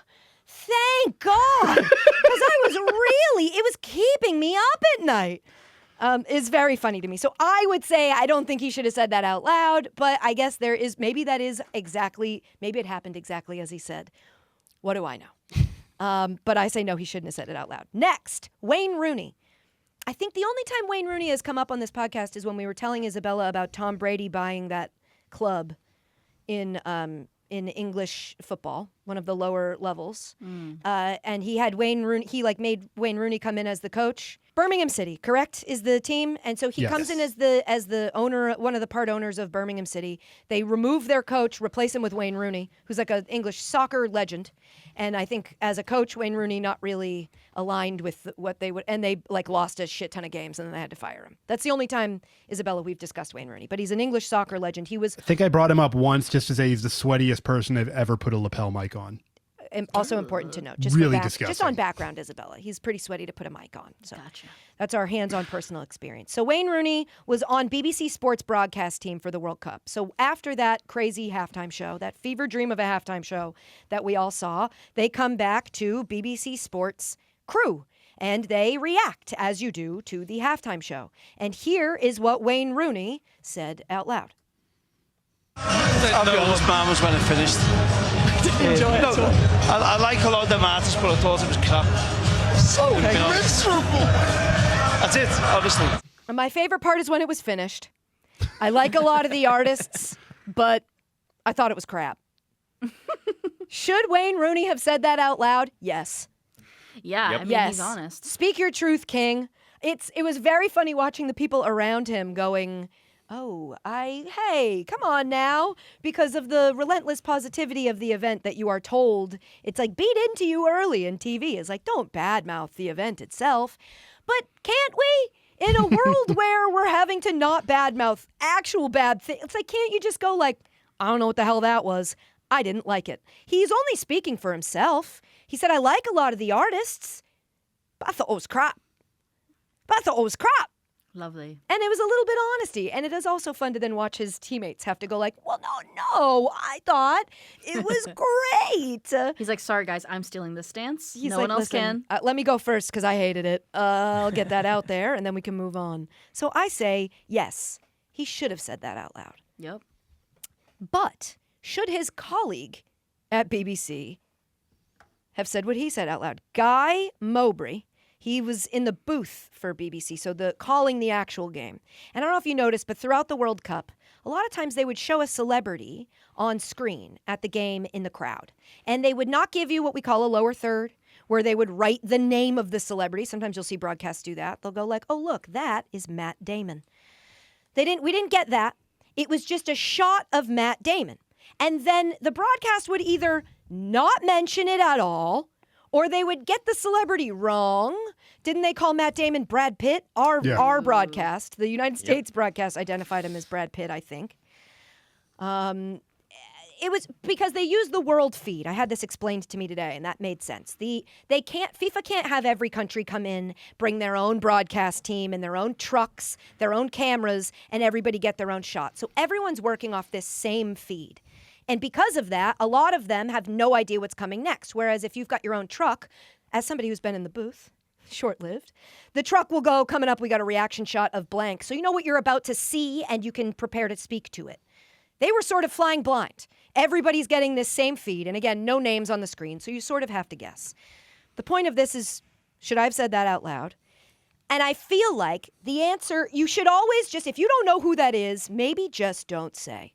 And I wish that Guy Mowbray had taken that lesson, because when they showed Pharrell Williams in the crowd of the World Cup final, here is what Guy Mowbray from BBC Sport had to say. I think that's AKA Rocky, or ASAP Rocky, sorry. I think. AKA Rocky? That's tough. It's tough because he corrected it right away. But it is still wrong. So he was like, no, shoot, I made the mistake. Oh, I really, in that moment, he thought, whew, I thought I stepped in it. And meanwhile, at home, you're going, you did. It isn't ASAP Rocky. That is Pharrell Williams. Very different. Very different. So I would say, no, you should not have said that out loud. And just in general, just don't say anything. It is weird. At first, it was weird to get used to them showing celebrities and me going, can you say who that is? But it's better to say nothing than to call him AKA, ASAP Rocky. And it's Pharrell Williams. And then the last, should I have said that out loud, is Rory McIlroy. Now, the Open was this weekend. Brady, quick aside, why are we calling it the Open? I always thought this was the British Open. Did something happen? Do we not call it the British Open anymore? It's called the Open. That's always been the title, but it is the one that takes place in England, like the RNA, the organization that runs it. They call it the Open, but it is to us the British one because we also have the U.S. Open. But we call the U.S. Open the U.S. Open. So why are we calling this? I'll deal with this on my own time. So the Open was this weekend, and on Friday, controversial, fair to say, golfer Bryson DeChambeau. If you had to sum him up for Isabella in a sentence of controversy, Bryson DeChambeau as a golfer. Big, beefy, charismatic guy who is the one that has said, I don't even need the tour. If they don't want to pay me what I want, I'm just going to make YouTube videos of golf and go away. And it works. Like he can say that because he has won majors. He's good. Yeah. Right. Gotcha. So Bryson DeChambeau received a 2-stroke penalty for, quote, inadvertently improving the area of his intended swing on the 5th hole. It basically, Isabella, the ball was up against some weeds, and allegedly he went and stomped the weeds down with his feet to sort of make clearance, because if you have to hit it where it lies and it's got tall grass, it's going to hit. So it was alleged he got a 2-stroke penalty. He was punished for making his shot a little easier by tamping down the grass. That's fair. That's quick, Brady, right? Yeah. That's what happened. Mm-hmm. After the conclusion of his round, he was alerted by the referees that happened, and he asked to be taken back to the site of the shot, and then at that, he debated with the officials that he never did that. He put up a bit of a stink, I guess is the official term for it. He then also refused to confirm if he was going to play the next day. And he went to the driving range at the course and was just hitting balls until 10:30 p.m. He was just, going through it on the course, making everybody wait. And because of that, they delayed the announcement of the tee-off times for the next day. So everybody's schedule was sort of thrown into flux because Bryson DeChambeau was, for lack of a better, having a bit of a temper tantrum over being called for something he thinks he didn't do, but others say that he did. Is that a good summation to tee up the sound, Brady? Did I touch on all the bits? Yeah, everybody was just pissed that he held up the entire tournament because guys didn't know when they were going to play the next day. Right. So Rory was asked about it. I assume when is this? This was the next day. Okay. Rory is asked about Bryson's behavior, and here is what he said. I won't pretend to be up here and defend Bryson. I'm not particularly fond of him. I think a lot of it's performative. I think a lot of it's for attention. And to hold the tournament hostage like that and have all of us, volunteers, players, everyone waiting on him to depart, I didn't feel like it was a great look. I feel like I'm back I feel like I'm waitressing again. the clank of the plates, where you're trying to do it quietly because someone's giving a speech and you're like, I do have to get the food out. Isabella, based off of that, how do you feel about what he said? That sounds like a reasonable response. I saw a lot of people online very upset about this. Now, I don't know, is that just Rory? DeChambeau lovers. A lot of people don't like Rory. I guess a lot of people also like Bryson. They have a history. Brady, their history? I don't remember the specific beats of their history, but Bryson's got a history with a lot. He does rub a lot of people the wrong way. It's very loud. He does things very unconventionally, and this is a sport where there is a conventional way that you do things. And Rory was the one that was very much against the Live Golf guys who left the PGA to go to Live Golf because Rory turned down the money, stayed in PGA. Bryson went to Live. Rory was very much against it, said the guy should never be allowed back. And then a couple years later, once Live started to fall apart, Rory kind of changed his tune a little bit about, all right, let's unite and get everybody back here in golf. That rubbed some of the extreme traditionalists the wrong way. His original stance rubbed the Bryson guys the wrong way. It's all over. Live Golf has been the big part of it. Like the Saudi Golf League has been the catalyst for all of the dissent and, them and their non-traditional ways, Rory representing the traditional PGA way. Yeah, I think he should have said, I don't have any problem with him saying this out loud. I don't. I imagine having to talk about a guy you don't like, doing a thing that is more of the annoying thing that you don't like about him. Why would he stand up there and say, yeah, I think everybody should lay off him. I think he's a nice guy. He doesn't like him. I think it's pretty clear they don't like each other. What, is it against the law to not like someone? Yeah, what, I gotta like everybody now? The argument I saw against Isabella was that that's for behind closed doors. He should present a more proper front to the media and say well, I would never talk about another golfer and that's his business and none of mine. And I'm like, I don't know. I think it's more interesting to say, why are fans caping up for athletes to lie to us at the press conference? I want the truth. That way they don't have to all have their own podcast. I want them to actually answer questions at the press conference so I don't have to then go listen to their podcast to find out what they really think. I would much rather Rory just go, yeah, clearly I don't like the guy. I think a lot of this is just part of his personality. He's a very bombastic guy. He likes the attention, but he held a lot of us up, and that's annoying. I feel like he's well within his rights. I was shocked to see how, but then again, that's why golf and we don't really, although later this week, we will have the entire cast of the new Netflix series, The Hawk, a golf comedy show, and we'll get into golf with them. And I liked the show. We'll get into it on later, the second episode of the week. But golf, this to me, I'm like, what? That's nothing. Of course he doesn't like him. Of course this was childish to stomp your feet and go to the driving range and emo it out till 10:30 in the dark. That literally happens in The Hawk. Like, you're clearly, I don't know. It just felt like I didn't think it was that crazy. But the internet does not like Rory McIlroy. And you never know these days why that is. If it's because they've got enough reason or if they're just reacting to something else that I'm not plugged into. It's because he wore his green Masters jacket to Wimbledon. That had to be it. You pointed that out and they went, ew, wait. Ew. I'm going to take this guy down in every comment section across the internet for the rest of my life. And so I guess let's vote. Should he have said it out loud? Yes. I say yes. Brady says no. I can feel it. And it's okay. I want to empower you to say the wrong thing. No, because golf is so stuffy. Yeah. Golf, that's about as much shit talking as you're going to get on a mic in golf. We got so used to. Unless it's for Amazon where they mic them up. Was it Amazon? Who does the match? Where they mic up two golfers and have them talk shit to each other the whole time. It's like, it's whoever that is. HBO, I think. Was that on Turner? I don't remember. They're all one company now, I feel like. But whoever did it was on. Whoever did that, it's like, why can it only be one or the other? Why can't we just sort of meet in the middle and get some of the shit talk during the actual golf? And you know what I'm saying? But go ahead, you were saying something. No, I know he should say it. He should be able to say it. I need to adjust the way I think about golfers. No. He should say it out loud. No, I imagine that if enough people are loudly saying he shouldn't have said it out loud, there's probably a reason that's just not resonating with me. And so I say, speak your truth, Rory McIlroy. Clock it. You know what I'm saying? Did you see the video of Stephen A's? Is that his? Yes. Making fun of him for clock it? With his daughter? Yeah. Yeah. She was like, clock it. And he goes, what and does he that was like, mean? what do you mean, lock it in? And she keeps going, clock it. And then finally he goes, okay, so like lock it in. And she goes, what? No. Like, she's not telling him what it means, but then as soon as he guesses and she just immediately is like, ew, no, obviously not.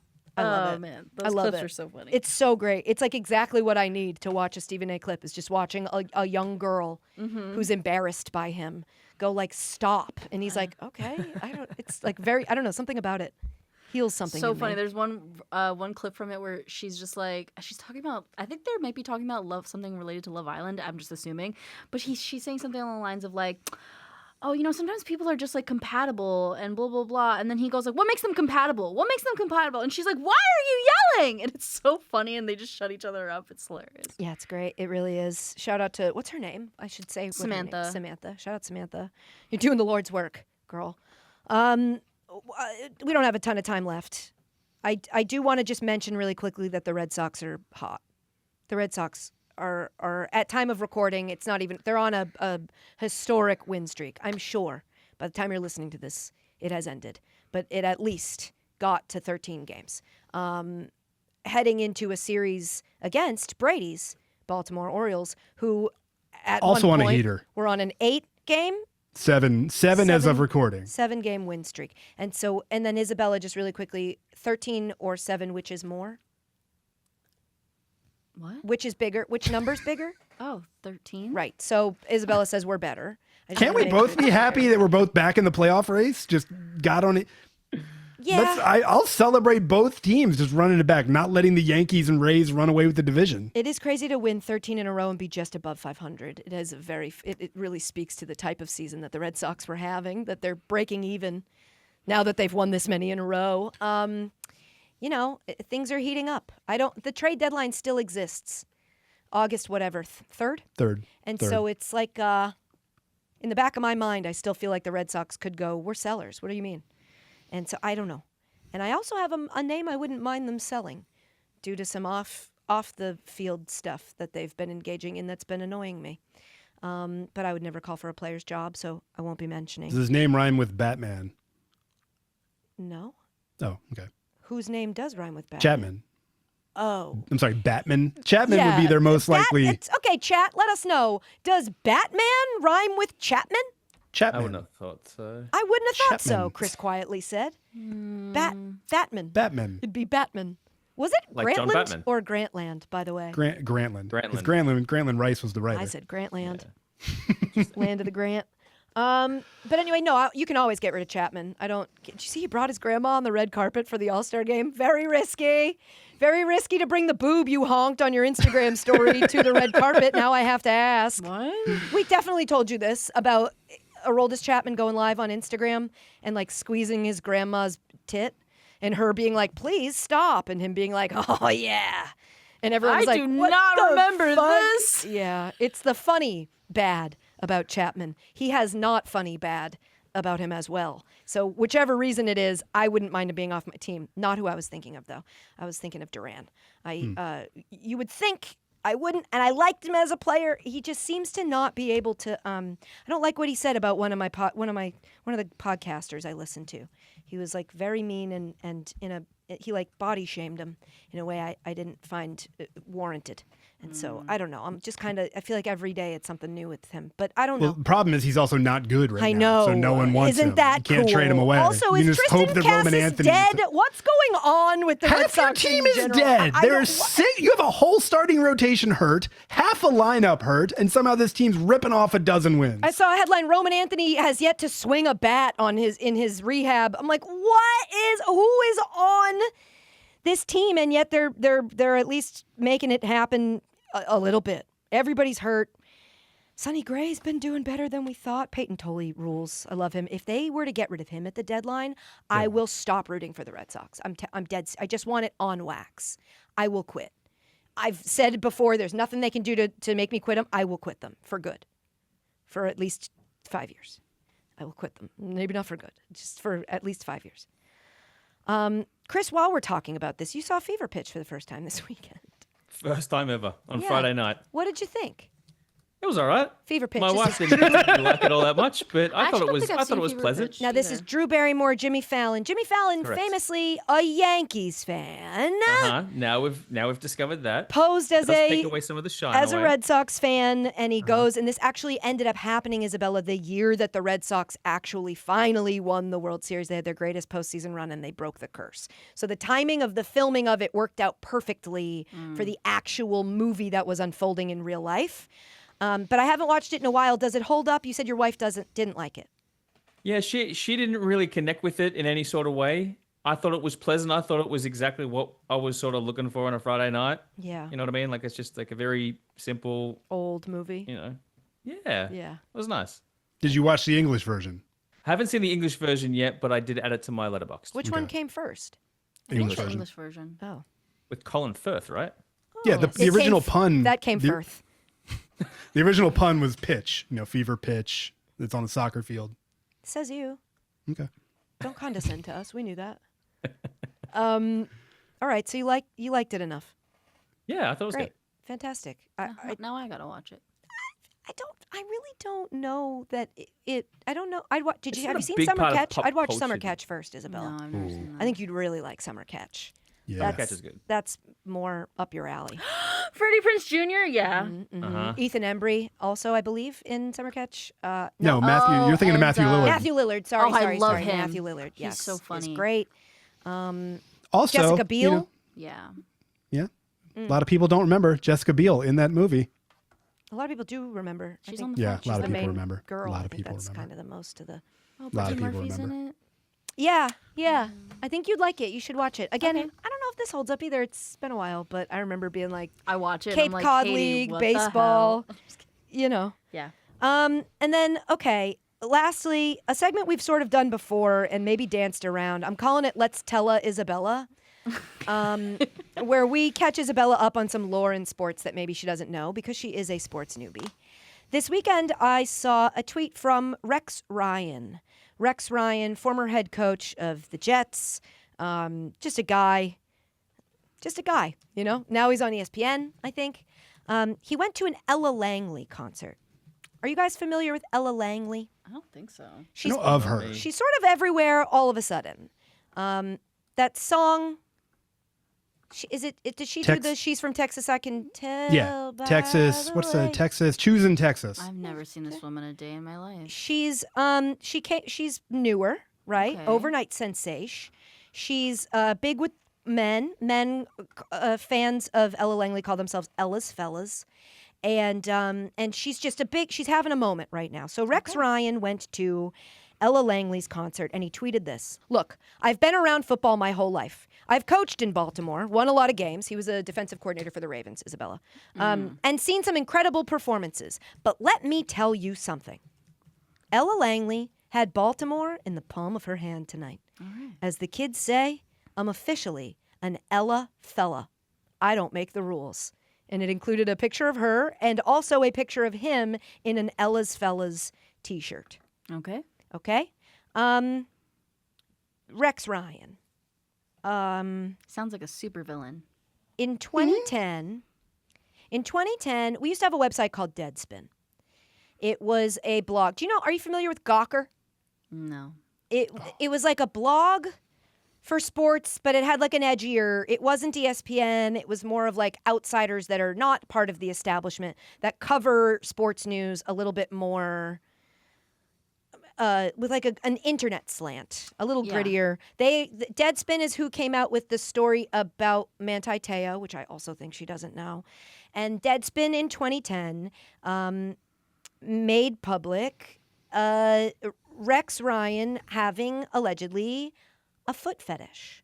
Okay. This was the news. So a Deadspin user first noted that a YouTuber that went by the name of, all one word, I have pretty feet. Okay. Was the spitting image of Ryan's wife, Michelle. And then noted that the off-camera voice that was featured in those videos sounded a lot like Rex Ryan. Okay. The videos were exclusively of a blonde woman getting her feet rubbed on camera. And in the one that you will click on and watch here, video I don't want to outlink, watch one. This is just on YouTube, so it's not, it is, but it isn't, In this one, her feet are hanging out a car door, and Rex Ryan is playing the role of a passing by stranger. What the fuck? Okay. Is she supposed to be napping? Excuse me, ma'am. Can I help you with anything? Oh, no, I'm sorry. I was just resting for a few minutes. Oh, okay. There's no car trouble or anything? No, none at all. I'm sorry. I'm scared. Okay. Oh, you don't have to put your feet in. You can leave them out. Yeah, oh yeah. In fact, you have really beautiful feet. Oh, get away from me! Most people do think, most men do think my feet are pretty. Because they're... If she started spreading the toes. And of course they're... Yeah, they are beautiful. Get a hold of yourself, man. Do you mind if I touch them? Oh. Yes, you do. I can touch them. Yes. Thank you. I can touch him. What do you think? Oh, wow, they're like really soft. They're like really soft. Yeah. Take good care of them. I was thinking of being a Jets fan. I don't think I want to anymore. I feel like that's enough. I feel like we can. feel like we can end it there. Do I really have to watch the whole thing, guys? And look, listen. Be into what you're into, right? Be into what you're into. But that is so obviously Rex Ryan's voice that, like, if you're a public figure, it's gonna get out there that you have your wife pretend to be the part of the porn most people skip past, which is where they meet each other, and it's just him like, him making noises like, mind if I, well, hey, don't, you can tell at one point she sits up of like, oh, sorry, I was sleeping, and must pull her feet, and he goes, well, no, let's not get crazy. What he says? Oh, you don't have to put them inside the car. Don't put them back in the car. I was wondering if I could suck on one of them. It's just a crazy thing for other teams preparing to play you to know you're into. Hilarious. And so I just want you to know that before we did run into this, that we found out that he was, and then in 2015, I mean, he played into it, right? In 2015, they found out he had a framed photo of his wife's feet on his desk at the Bills offices when he worked for the Bills. 2022, he finally admits to the foot fetish on the Pat McAfee show. In 2024, he went on The Pivot. That's what's his face's podcast, right? Ryan Clark. Ryan Clark, he said, "That's me. That's who I am." Which, again, you know what? Fine. And it's always his wife's feet every time. And that's a very good point, Isabella. Is he's It's not he's to not our going knowledge, from toes to toes. To our knowledge, he's not being creepy to other people. He's just pretending his wife isn't his wife and telling her, remarking on how soft her feet are, hanging out a car. I assume he pays the insurance on, and then in 2025. He put, I forgot about that one, and it doesn't really have anything to do with the feet. No, but it was worth noting. A picture of him, Sage Steele, and Sam Ponder, so two former SportsCenter anchors, is a correct sentence, right? They've done other things, but that's a correct sentence. In a T-shirt that reads, "Just here to bang." Yeah, and it's, it's like... He knows who he is. He knows who he is. I'm no Rex Ryan fan, A, because of the Jets, B, because I don't like the way he talks about his brother, Rob, publicly. They're very similar people. Rex Ryan got one of the weight loss surgeries, whether it's a lap band or something, and then harassed his brother who didn't through the media and would always make fun of how fat he was instead of just, he was like, "You got to get the surgery." And I was like, leave him alone. He doesn't want it. Yeah. Your body, your choice. His body, his choice. And so I don't like Rex Ryan. So to me, this is just funny. It's just funny. And again, like what you like. We're not meaning to kink shame. If you're into feet, I'm sure you're actually already letting us know. There's one guy who's not into feet so bad he gets mad when I put my feet on the chair that exists for my podcast. Like, this chair's existence is for this. I can put a shoe on it. It's allowed. I'm not in someone's home. I'm not being disrespectful. For all intents and purposes. Maybe it's not that he doesn't like feet. It's that he does chair. like feet. Yeah, and he's maybe. mad that you don't. He probably wants me to take my his shoes off so he could see the toes. It's And the I'm burner on to you. account for Dan Pashman of the Sporkful. I'm on to you, buddy. Yeah, you're right. The only other person that... I'd be more offended by the makeup I get on these headphones.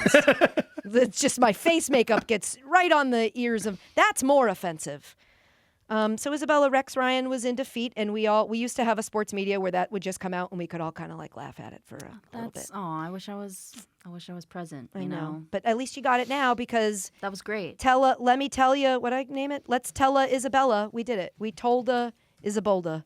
And do you feel better for knowing it? I do. Well, yeah. Yeah. It was funny. It was funny. It was worth knowing. And now you won't root for the Jets. It worked. Well, we'll see. Jeez. He's not the coach anymore. Damn, so true. All right, we're going to take a quick break. When we come back, Chris has put together, as he always does, a list of what we can watch if we want to watch some sports this week, and he will tell us all about it right after a quick break. It's Casuals. We'll be right back. Okay, we're back. One last little segment, and it's where we tell you, where Chris tells you, really, what you can watch if you want to watch some sports this week. I think we're in the third hour, Chris, so maybe we keep this quick. What do we got? The first thing is the 2026 season of The 100 begins this weekend. Katie, what sport is The 100? That's bikes. It's cricket. Okay. This is a new cricket format that began a few years ago that is 100 balls rather than T20, which is 120 balls per over per inning. And then down from 1 day, which is 300, and then Test cricket, which is 5 days. So this is like the newest format. The season starts on July 21st, runs through until August 16th. It features 8 city-based men's and women's teams. The first match will be the men's matchup between London and Sunrisers Leeds on 21st of July at 1:30 p.m. Eastern. You can watch the 100 cricket tournament in the USA by streaming it live on DAZN or through Willow TV. Shout out DAZN, still doing it. Wasn't the 100 also a show about like people got left behind? Yeah. Like a bunch of people were killed. That sounds right. Or something. Maybe they lived in a dome. I'm getting them all confused. That's half leftovers, half this 100 show, half the different show. What else we got, Chris? The second thing is the Gaelic All-Ireland Senior Championship. This is Gaelic football. I've had this in the rundown for the last month, and then over the weekend, we got an email from Kieran, who's very much on the same page as me. Great. He writes in and says, "Hi, Kate and the Casualties. Kieran from Cork Island. On Sunday, 26th of That's July... Cork. When Chris says it, it sounds like Irish cock. time. It's Cork. Sorry, go ahead. I just want everyone to know he's not Disrespect from to Cock Ireland. So on Sunday, 26th of July at 3:30 p.m. Irish time, 10:30 a.m. Eastern, the Fucking All-Ireland football final will take place between counties Kerry and Mayo. The main talking point about this game surrounds Mayo's history in Gaelic football. Mayo have not won an All-Ireland football final since 1951. Legend has it that a priest became furious when the Mayo team bus returning home from the 1951 final passed by a funeral without showing respect as they celebrated their All-Ireland win. Whoa. The priest supposedly put a curse on Mayo that they would not win another title until all of the team had died. Whoa!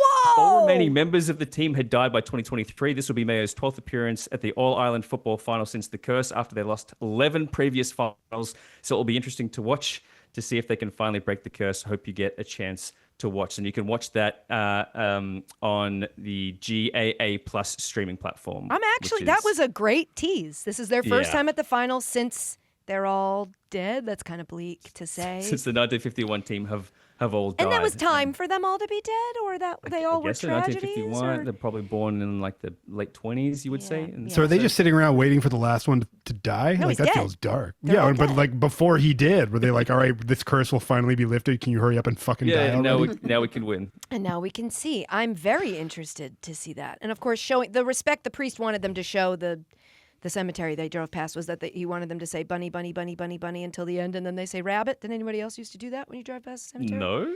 Okay. Did you ever hold your breath? And at In the tunnel? Past cemeteries? At the end, you would, yes, when you pass the Oh, by cemetery. a cemetery? Yeah, I knew that as a that's what we're tunnel. talking You hold your breath through the tunnel. No. What? No, cemetery. You The sign of die. the cross crossing a cemetery. I thought it was I was just trying to find a moment of us all bonding, but I guess no We one all else come was- from very different places Yeah. and times. All right, Chris, what's the last one?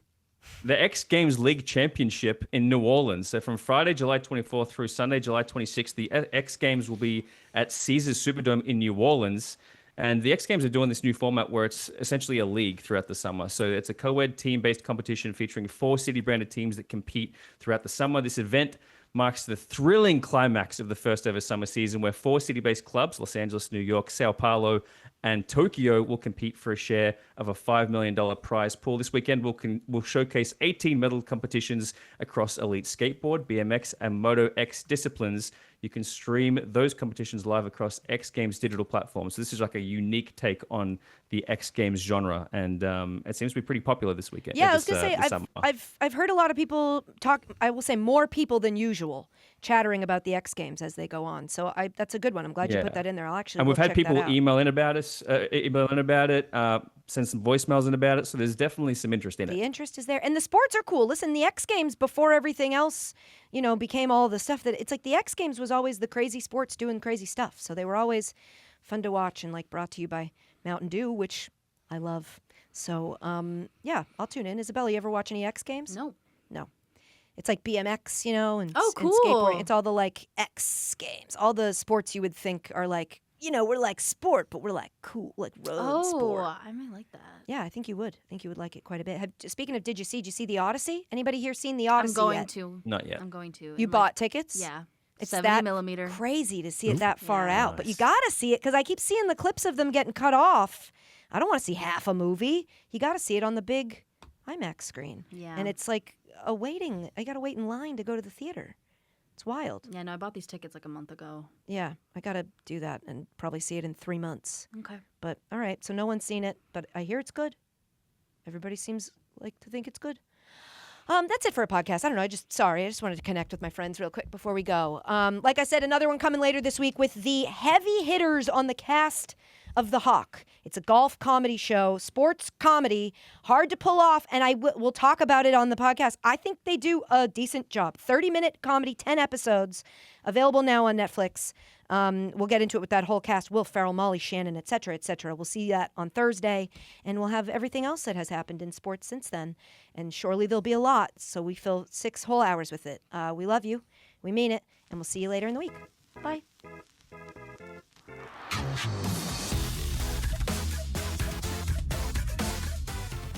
This episode has been presented by Xfinity.